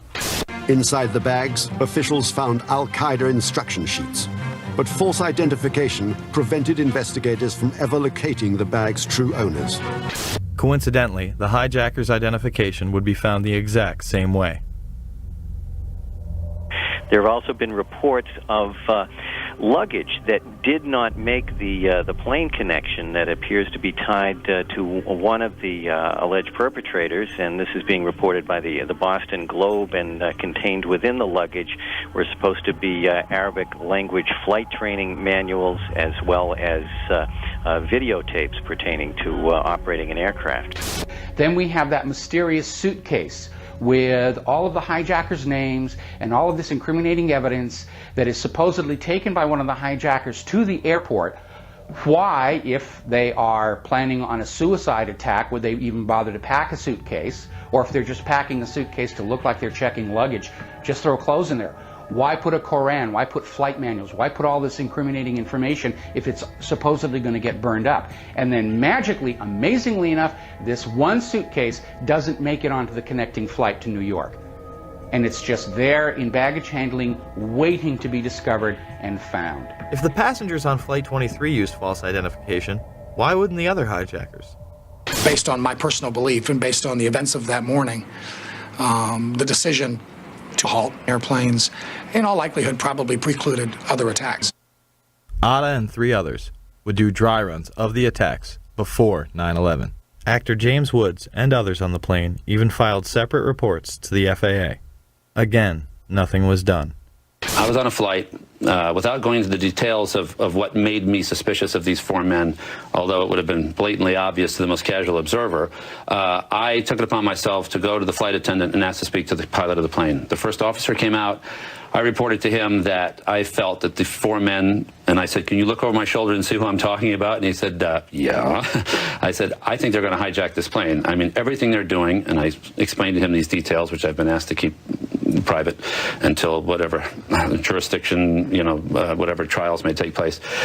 Their behavior was such that I felt they were going to hijack the plane. I found out later that not only did he make a report, but the flight attendant also made a report of my suspicions to the FAA. My friend Scott said to me, remember that flight you took in August? I said, yeah, I've been thinking about it all day. He said, well, maybe you should call the FBI. And I said, I'm sure they're being inundated, but I thought it over and I called the local office. 6:45 the next morning, I get a phone call that actually wakes me up, and he said, we want to talk to you about the flight that you took in August. I said, oh, did the manifest match of any of the flights yesterday and my flight? He said, well, we can't tell you that. I said, well, look, I'll get ready and I'll come down to the federal building. He said, we're outside your house. We'll just wait for you. Wow, 7:15. So this is 6:45 in the morning. I said, and this is the only funny part of any of this, I said, how did you know where I lived? And there was a pause. He said, we're the FBI. We're the FBI, thank you. So they came in and I said, look, I'm dying to know, were these the guys? And he said, well, we've had 36,000 tips in one day. And there's 2 of us, and we're going to be at your house all this morning, so you can do the math, but we can't tell you, So since then, I have identified for sure 2 of them as 2 of the terrorists. Who actually were not on Flight 11, but one was on Flight 175 and one was on Flight 77. And I've been told unofficially, not by the FBI, but by someone else in actually a higher level of government, believe it or not, just through a coincidence, through a mutual friend, that all 4 of them were terrorists involved. As I explained to the FBI, they said, what was your first instinct? And aside from certain things like 4 guys getting on a transcontinental flight without any hand luggage, they said to me, what did you think these guys were? I said, well, I thought they were either 4 law enforcement officers or 4 terrorists, in that they had that thing that guys who are undercover or on a mission have between each other. Just more evidence that the hijackers had intelligence ties. So, wow. Before we get to the other targets, a lot to unpack there. Now, since we just saw James Woods, and we talked about the Dark Overlord documents before, I did a whole video you can find on this channel called The Secret Testimony of James Woods, where you find out the definite two hijackers. And by the way, this network, they weren't supposed to know each other like that. They were supposed to be different cells. This occurred in August. He actually, I believe, says that, I forget which plane it was, but it is one of the planes that actually ends up being hijacked. Okay? Seymour Hersh ends up being one of his sources, aside from the two FBI agents that confirm that all of that happened. If you noticed, the drills not only had fake hijackings going on, because a lot of people say, oh, well, the war games ended as soon as the attacks started happening. No, they went through the entire day of the attacks. Okay? It was 20 minutes after Flight 93 that the drills stopped. And then you had other drills that put key players in FEMA and the FBI on the wrong side of the country so they couldn't investigate it. All here, all documented, all put out over a decade ago, and this stuff has been largely ignored, not only by the mainstream media, but many in the now so-called alternative media that still will not touch this stuff. And that's why I need you guys to share my films. Don't worry, we're going to go right back to other targets in a moment. When you find out there was a list of other targets that were supposed to be hit, okay? And it's public knowledge, and again, nobody seems to talk about it. And it was intercepted by law enforcement prior to the attacks that morning, okay? Loose change final cut. If you want the physical anomalies, if you want to get into that, it's a whole nother path. This film, Fabled Enemies, and then for the bigger picture films, Invisible Empire, A New World Order Defined, and Shade the Motion Picture. They're all free, guys. They're all free. You want to support this broadcast? Please consider buying me a coffee. $5, $10, $15. Big donations. It's how we're doing this. By the way, 545 people watching it. Can we get 500 thumbs up for the truth? Can we share those documentary films with others? Let's keep going and get into the other targets on 9/11.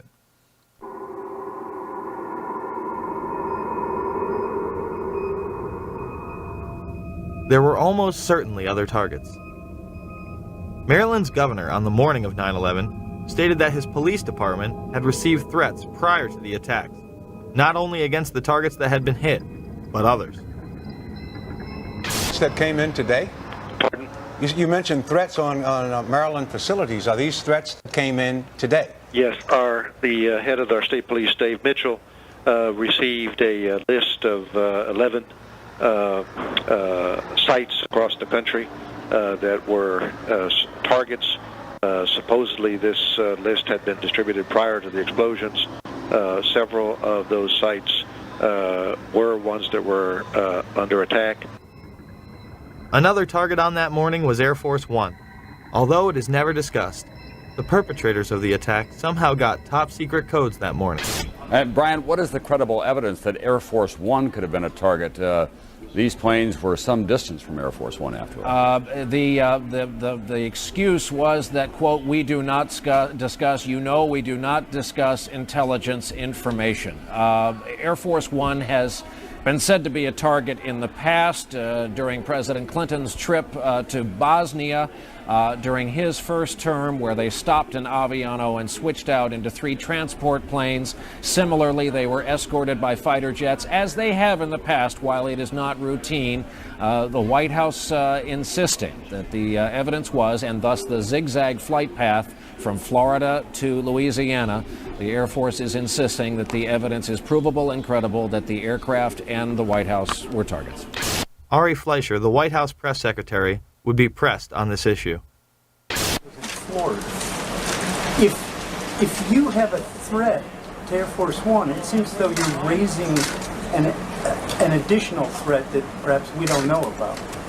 I'm sorry? Raising an additional threat? Involving one of those planes, four planes, sorry, is that where the credible threat, or can you say, are we talking about something totally different? You're asking me, in essence, what the source of information is. And I think the American people... No, our Now that we accounted for those 4 planes and what their targets were, is there, which by deduction you would assume there is something else that we're talking about targeting Air Force One. There was. Make that assumption? I'm not going to lead you any further as to speculating about what was the nature of the threat to Air Force One. But as I indicated, and I'll say it again, it was real, it was credible. Planes that we have accounted for. I'm just not going to speculate about the nature of it. On September 20th, 2001, WorldNet Daily would report much more regarding the threat. The terrorist message threatening Air Force One was transmitted in that day's top-secret White House code words. As the clock ticked away, the Secret Service reached a frightening conclusion. The terrorists had obtained the White House code and a whole set of top-secret signals. This made it possible for a hostile force to pinpoint the exact position of Air Force One, its destination, and its classified procedures. In fact, the hijackers were picking up and deciphering the presidential plane's incoming and outgoing transmissions. In the week after the attacks in New York and Washington, more hair-raising facts emerged. The terrorists had also obtained the code groups of the National Security Agency and were able to penetrate the NSA's state-of-the-art electronic surveillance system. They seemed to have at their disposal an electronic capability that was more sophisticated than the NSA. They also believe that the terrorists are in possession of all or part of the codes used by the Drug Enforcement Agency, the National Reconnaissance Office, Air Force Intelligence, Army Intelligence, Naval Intelligence, Marine Corps Intelligence, and the intelligence offices of the State Department and Department of Energy. Since no single individual has access to every top-level code at any given time, a single mole would not answer the case. It would have to be a large, widely spread number. U.S. experts do not believe bin Laden was capable of infiltrating double agents into the heart of the U.S. administration on a large scale. So before we get into the shadow government and continuity of government, look at everything we just saw there about other targets, about the police force in, I believe it's the governor of Maryland, Glendening, Paris Glendening, talking about those things. How in the world would guys with box cutters get all of those secret codes? Oh, wait a minute. Didn't we have those Israeli operatives that had penetrated all of those different offices? Weird, right? Just so bizarre. And I know many of you out there understand what continuity of government is now. But remember, continuity of government was on the Bilderberg docket this year as in accordance to our financial systems. Well, make no mistake about it. Continuity of government is the shadow government. It is the executive within the executive. And you're about to find out about the mobile warplanes that were used on 9/11. First, I do want to thank everybody who's tipping over at Rockfin. R. Tom says, great work. Thank you so much. Patty Weimers, she's been a great supporter of this broadcast almost from the outset. We love you, Patty. And then MJ Nichols talked about the research in this and said, thank you. No, guys, thank you for supporting me and sharing this information with others because that's what's important. Let's get into it. It shouldn't come as a surprise that Global Guardian, a mass Armageddon drill, was in full swing. The drill would pose all sorts of threats, and even mobilize command centers known as doomsday planes that house top military personnel. Although originally scheduled for late October, it was moved up unexpectedly. One of these doomsday planes was on the scene of the Pentagon strike. Now to one of the eeriest moments amid the carnage of 9/11. A mysterious plane was seen flying right over the president's residence. Even some CNN staffers saw it. To this day, it has never been officially explained. Tonight, Chief National Correspondent John King has new details about this great 9/11 mystery. Today, 6 years after 9/11, the mystery endures about just what happened in the skies over the White House that terrible day. A plane flew right over it. But why? And what was it? It appeared overhead just before 10 a.m., a four-engine jet banking slowly in the nation's most off-limits airspace. About 10 minutes ago, there was a white jet circling overhead You generally don't see planes in the area over the White House. That is restricted airspace. Two government sources familiar with the incident tell CNN it was a military aircraft, but say the details are classified.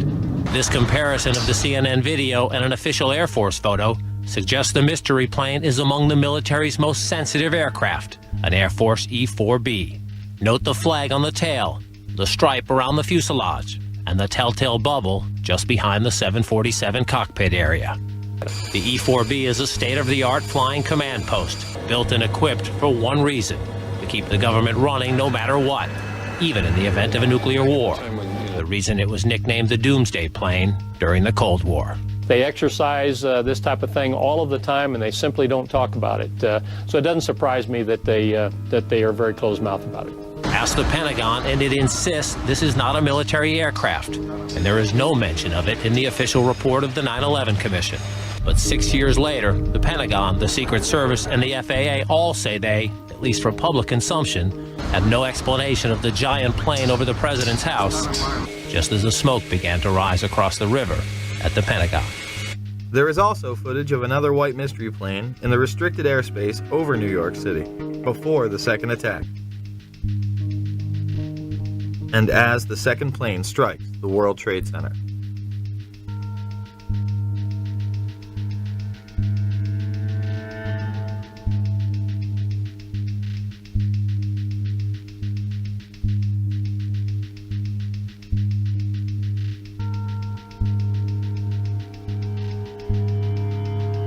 There were 5 E-4Bs in the air on 9/11.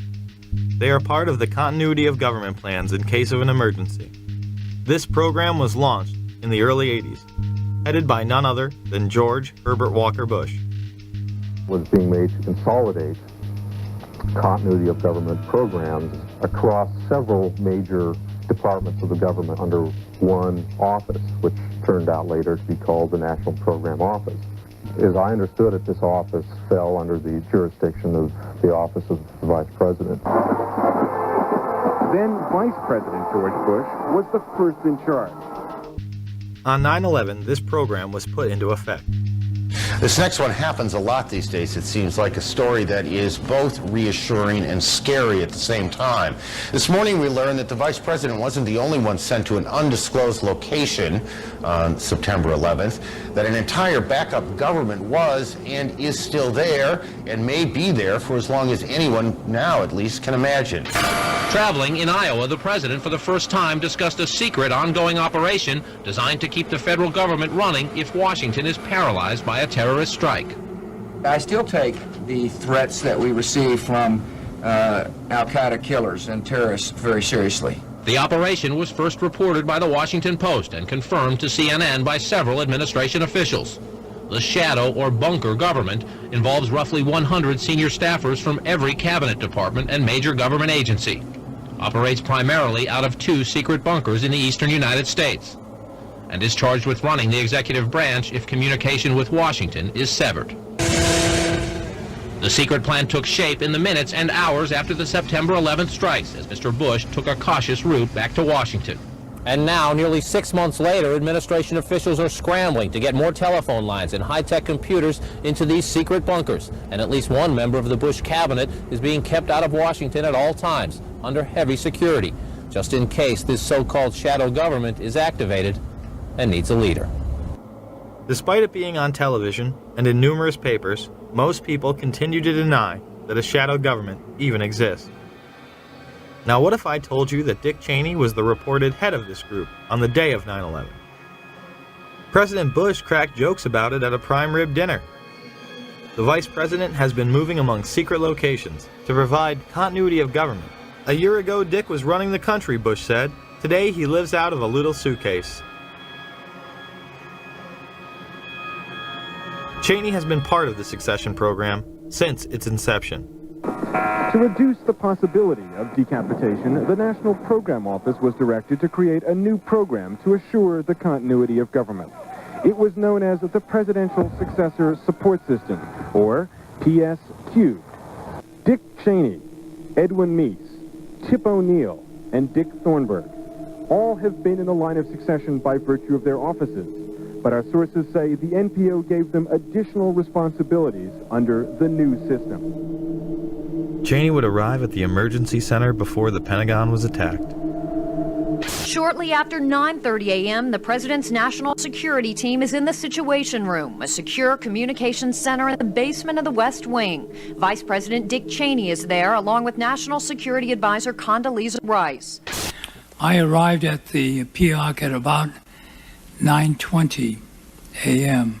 I was made aware of it during the time that the airplane coming in to the Pentagon.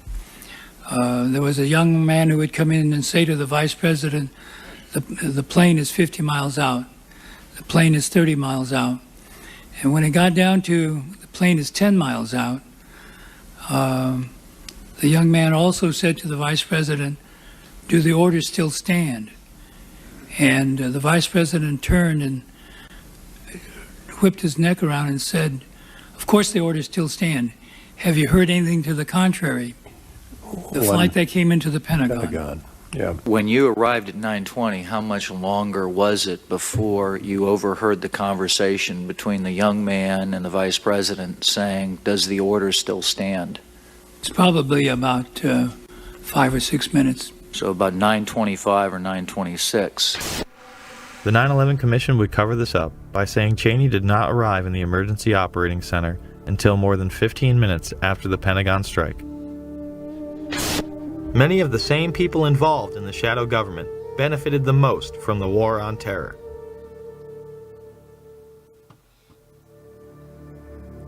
So before we get into Building 7, Barry Jennings, and the third skyscraper, if you will, a little house cleaning.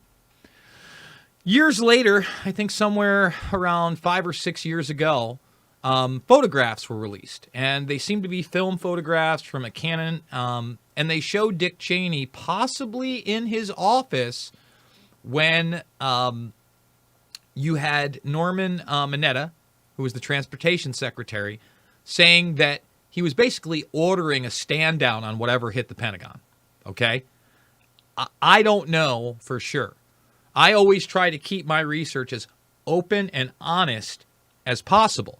But you notice the Pentagon isn't open and honest. They denied that that was an E-4B at the scene of the Pentagon strike.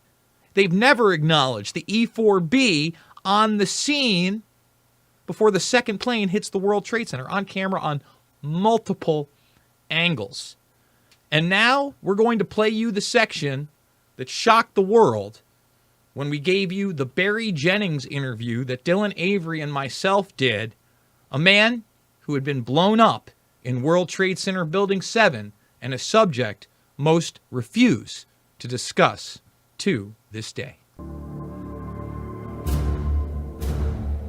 A key hub for intelligence was the Salomon Brothers building, also known as World Trade Center 7. This was a massive 47-story skyscraper that would have dominated most city skylines. At 5:20 in the afternoon, it would collapse into its own footprint. It also happened to be New York City's #1 spook house and operational center. It housed the Department of Defense, the Internal Revenue Services, the Security and Exchange Commission, the largest Secret Service office in the world, the largest CIA office outside of Virginia, and New York's Office of Emergency Management, or OEM. Beyond the haunting presence of those still missing in the rubble, Ground Zero is filled with guns, drugs, and secrets. Number 7 World Trade Center was also the New York office of the Central Intelligence Agency. The CIA ordered the building surrounded by FBI agents shortly after it collapsed. Since then, they have been searching for computers and a safe filled with classified documents. Government agents watch the construction workers through binoculars as they search. The OEM was where local government would rally in the case of an emergency, such as a terrorist attack or natural disaster. The command center on the 23rd floor is bulletproof and bomb resistant, with its own air supply and generators. It's linked to city airports, the Coast Guard, and the Pentagon. Computers will soon have detailed blueprints of every major building in New York City. Surprisingly, it would be deserted when city officials Barry Jennings and Michael Hess arrived. When the Office of Emergency Management did an activation, they always included our locale. I received a call shortly after the first plane hit. I got there, I had to be inside on the 23rd floor when the second plane hit. Upon arriving into the OEM EOC, we noticed that everybody was gone. I saw coffee that was on a desk. Still, the smoke was still coming off the coffee. I saw half-eaten sandwiches. And only me, Mr. Hess, was up there. After I called several individuals, one individual told me that to leave and leave right away. Both would go on network television on 9/11 and make the claim they experienced explosions inside the building as they tried to evacuate. To give you a live picture down Church Street, fire crews now walking back toward the scene. We have seen them all morning trying to walk away, because what happens is every time a little piece of the building comes down, a huge black cloud comes at us, making it almost impossible to breathe or see anything in front of them. But now, at least for the past couple of minutes, it has been clear from this space back on Chambers in that area. So now they're walking back toward the World Trade Center. And as we keep letting you hear the personal stories, the survivor stories of exactly what happened inside the World Trade Center when that first plane went in, and of course the collapses since then, we're going to bring more of those to you now. Barry Jennings, you were on the 8th floor. You work for the City Housing Department. Explain to me the moment of impact. Well, me and Mr. Hess, the Corporation Counsel, were on the 23rd floor. I told him we got to get out of here. We started walking down the stairs. We made it to the 8th floor. Big explosion. Blew us back into the 8th floor. And I turned to Hess. I said, this is it. We're dead. We're not going to make it out of here. I took a fire extinguisher and I bust the window out. That's when this gentleman here heard my cries for help. This gentleman right here, and he kept saying, stand by, somebody's coming to get you. They couldn't get to us for an hour because they couldn't find us. You thought that was it? I thought we're dead. I thought that was it. We have Frank Uciardo back on the phone with us, Brenda, with some New York City officials. Frank, go ahead. That's right. I'm standing here right now just off Broadway by City Hall with Michael Hess, who is the city's Corporation Counsel. Mr. Hess, you were trapped in, I believe, 7 World Trade Center. Go ahead, sir. Yes, I was. I was up in the Emergency Management Center on the 23rd floor, and when all the power went out in the building, another gentleman and I walked down to the 8th floor where there was an explosion, and we've been trapped on the 8th floor with smoke, thick smoke all around us for about an hour and a half. But the New York Fire Department, as terrific as they are, just came and got us out. When I made it to the 6th floor, and there was an explosion, the explosion was beneath me. Keep in mind now, it's pitch black in there. All the lights went out. So when the explosion happened, it blew us back. I'm thinking I'm standing on the landing. I'm actually holding on to a pole above us. Really? And I had to climb back up because Hess is yelling, what do we do now?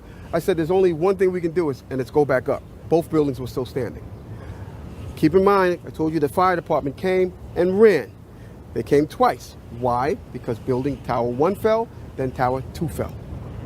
And then when they came back with all concern now, like, to get me the hell out of there. I was trapped in there for several hours. I was trapped in there when both buildings came down. All this time, I'm hearing all types of explosions. All this time, I'm hearing explosions. When they finally got to us, and they took us down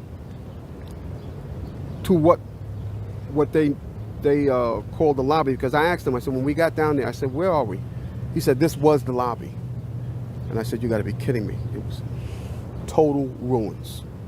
Total ruins. Now keep in mind, when I came in there, the lobby had nice escalators. It was a huge lobby. And for me to see what I saw, it was unbelievable. And the firefighter that took us down kept saying, do not look down. And I kept saying why. He said, do not look down. And we were stepping over people. And you know you can feel when you're stepping over people. This building would fall into its own footprint at 5:20 in the afternoon at nearly free-fall speed. Almost 7 years later, there has still been no official reason given, but some have given the false impression that damage caused by the collapse of the Twin Towers brought 7 down. Despite the fact that no other surrounding buildings acted in this manner.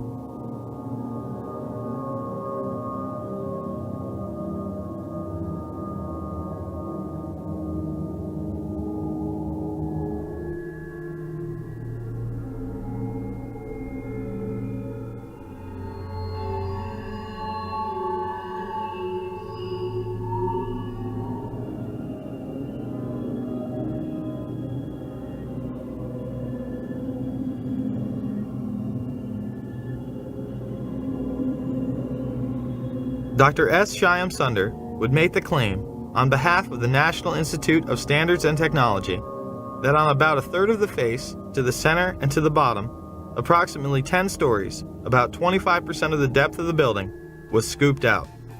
Here is the south face of World Trade Center 7. Does it look like 1/4 of the building is gone?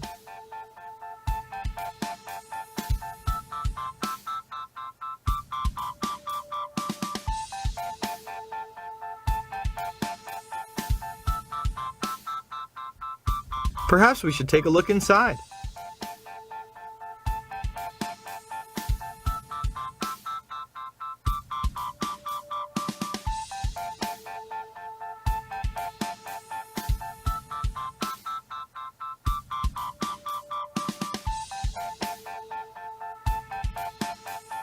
It appears it is not scooped out after all.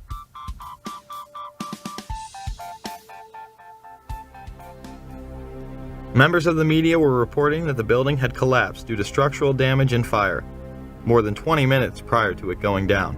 Now, more on the latest building collapse in New York. You might have heard a few moments ago, I was talking about the Salomon Brothers building collapsing. And indeed it has. Apparently that's only a few hundred yards away from where the World Trade Center towers were. And it seems that this was not a result of a new attack.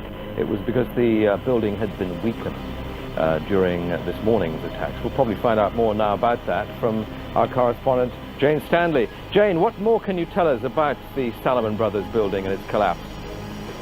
The building can clearly be seen in the background as Jane Stanley reports its demise. Jane, I think many of us, when we heard the news, perhaps on the radio earlier today, were... The feed would be cut before the building collapsed. And just couldn't comprehend it. I mean, it almost sounded too far-fetched.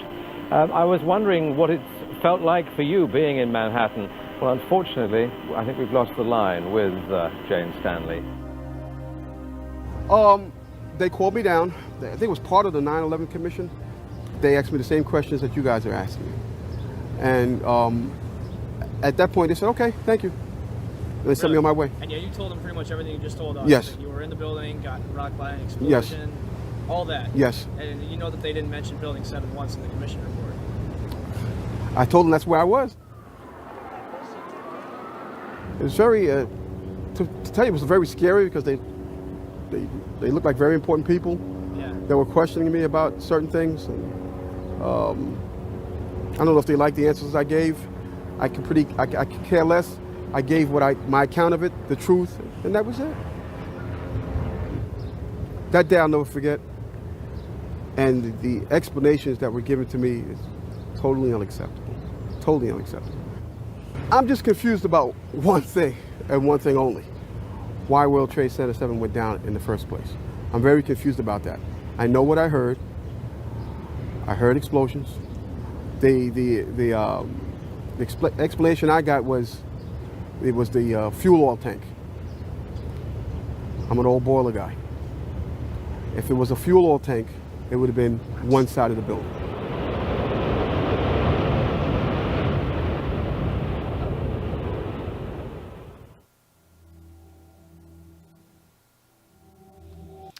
So before we get into the Anthrax attacks that most people have forgotten about, and actually there are a couple documentaries out there, one on Netflix recently. I haven't watched it yet. Let's talk Barry Jennings getting the key to the city from Rudolph Giuliani and Michael Hess being Rudolph Giuliani's right-hand man. Hey, Rudy, now that you're part of being persecuted and possibly prosecuted by the quote-unquote deep state, the cabal, the predator class, whatever you want to call it, are you going to come clean on 9/11, bro?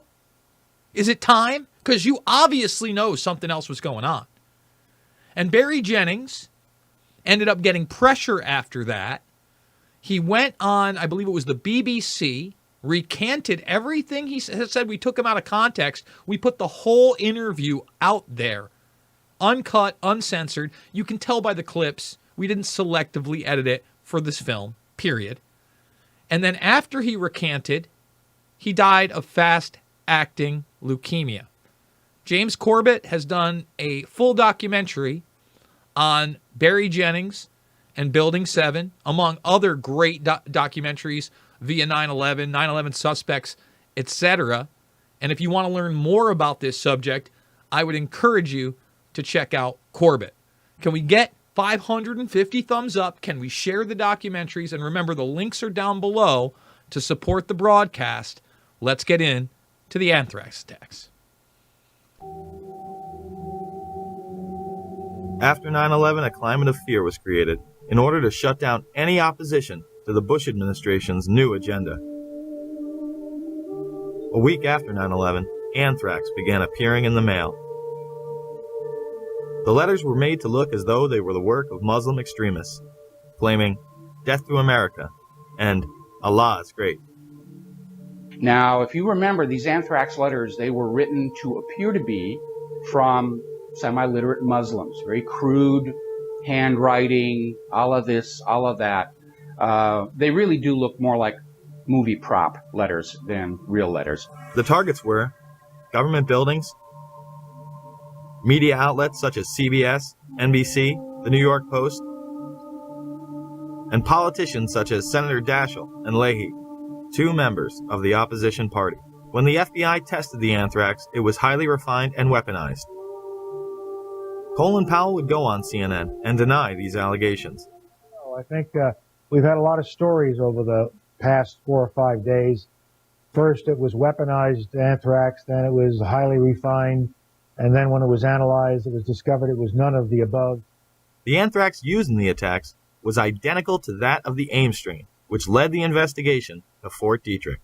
An analysis of the anthrax that was sent to Senator Daschle's office shows that this anthrax has a sophistication that leads people to know that it can only be produced by a PhD microbiologist, and it would have to have been done in a small, well-equipped microbiology lab. This appears to be the so-called AIM strain. That was a strain of anthrax that was first isolated almost 50 years ago at a U.S. Department of Agriculture diagnostic lab in Ames, Iowa. What's uncommon about this is that it has been engineered in such a way to be, as they say, readily aerosolized. That means, in effect, that what somebody has done is taken the anthrax spores, added to them some kind of a chemical to get in the way of a normal electrostatic process that causes the spores to clump together.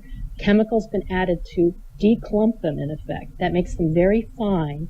They are able then to be dispersed very readily into the air. The Washington Post would report, genetic fingerprinting studies indicate that the anthrax spores mailed to Capitol Hill are identical to stocks of the deadly bacteria maintained by the U.S. Army since 1980.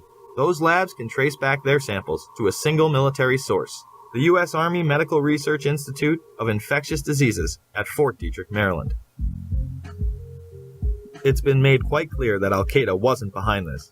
It is a specialized biological weapon only produced by our military in one facility. High-level FBI and CIA officials said none of the 60 to 80 daily threat reports from intelligence sources contain evidence linking the anthrax attacks to Osama bin Laden's terrorist network. This did not stop the mainstream press from trying to blame Al-Qaeda. As investigators race to find answers to the recent wave of anthrax terror, we'll look at what investigators are targeting now.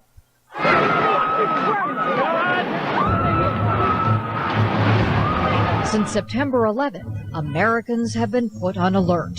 This is so terrible. Investigators are trying to ward off more attacks by dissecting the terrorist plan for September 11th, looking for patterns, methods, associates that could reveal what else terrorists had in mind. It was not something smuggled in from Iraq. It was not something smuggled in from any Middle Eastern country.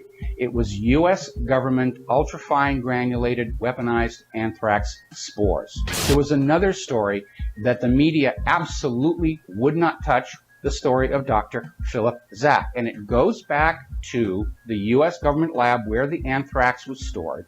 It was reported that official U.S. government documents in the anthrax investigation showed that Dr. Zack had entered the laboratory where the anthrax used in the letters was kept without proper authorization after having lost his job. Somehow the Bush administration would have the foresight to be on Cipro 6 weeks prior to the attacks. How convenient. An attack traced back to U.S. government facilities, and the president and his staff happen to be taking the antidote before it's even in the mail. Judicial Watch would file suit against the administration for its actions. Well, this is another good example of how certain people consider themselves to be above the rest of us. On September 11th, I think it'll come as a shock to a lot of people, but it's been reported by the New York Times and other major news organizations and confirmed by the White House. The President's office and Vice President's office went on Cipro, the antibiotic that was used to combat anthrax. The White House went on Cipro. It must have known that either an attack was underway or was imminent. It shows you that some people in this country are less than equal and are not treated like the political elites.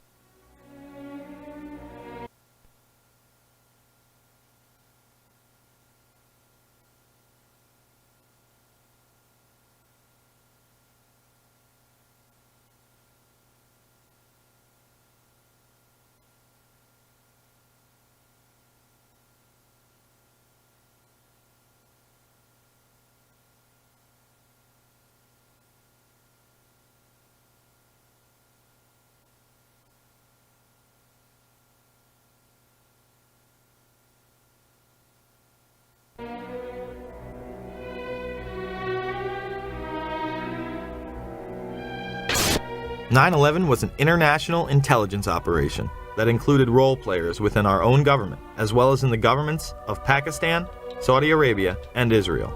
Each played a compartmentalized role in order to create a climate of fear and confusion.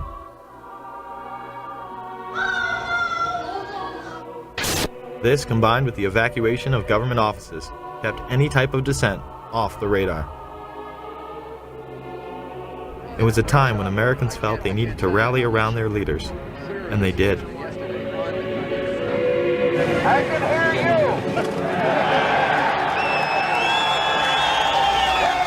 And the people who knock these buildings down will hear all of us soon. God bless America!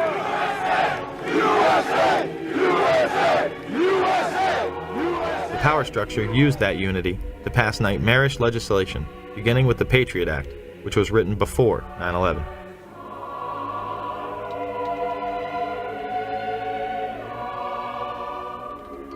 Homeland Security was in place prior to 9/11 as well.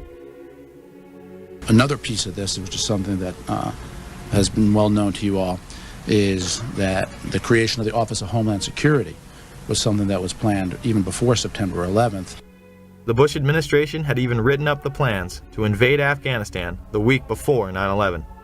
And as a result of a process that involved the CIA, the Department of Defense, the Department of State, the National Security Council, a national security presidential directive was developed and prepared throughout 2001 that was approved by what's called the Principals Committee, which is essentially cabinet-level officers involved in national security, on September 4th, 2001. That document was then finalized on September 10th. I think it was focused on al-Qaeda from the various earlier days. We fight a fabled enemy, the likes of which that can never be defeated.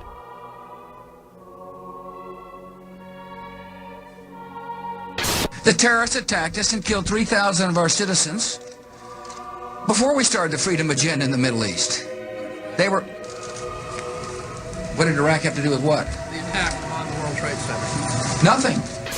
While an international intelligence cartel wages psychological warfare against we the people on behalf of the global elite. And remember, this is a government that over the years has proven that it can be trusted with these powers. You'd hope, as you mentioned before, that people don't complain about these extra inconveniences because they are simply being put into effect to protect all of us. They masquerade as our saviors, while the media glorifies and indemnifies them. Either you are with us or you are with the terrorists.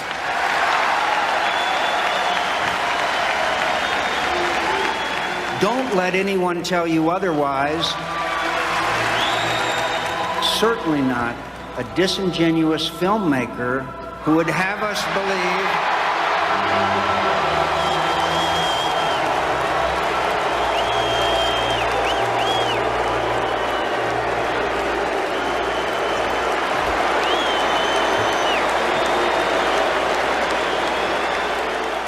The time has come not for a revolution, but a restoration of our Constitution, our Bill of Rights, but most of all, our morality as a people. The question is, will we be able to put our consumerist obsessions aside long enough to make a difference? Can we put down the remote control and hold these tyrants accountable? It's up to us. No more excuses. Thank you.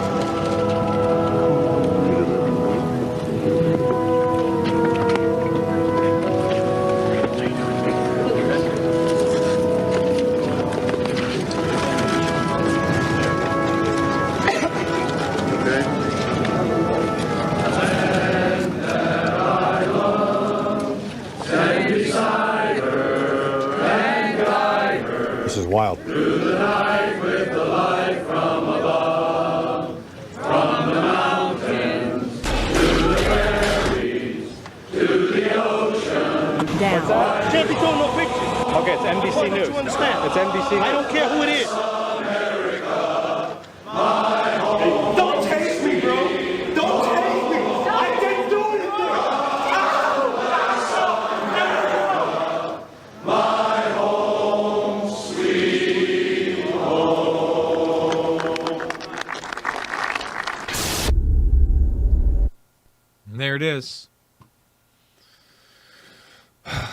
When I see that ending and I see where we went, I get a little emotional. Dennis Hassert was the person at that podium, somebody who's been labeled by a judge as a serial child molester. They continue to lie to us. They use this event to bring us to where we are today as a people, almost to our knees, at the behest of a very, very real predator class globalist agenda. I apologize about the audio on the last segment. I just wanted to thank everybody for joining me on this journey, on this watch along. And if you want more information about 9/11, once again, Loose Change Final Cut, Fabled Enemies Without My Talking, they're all free. You want the bigger picture, Invisible Empire, A New World Order to Find and Shade the Motion Picture. If you thought that this was a powerful film, I promise you my other three are just as powerful.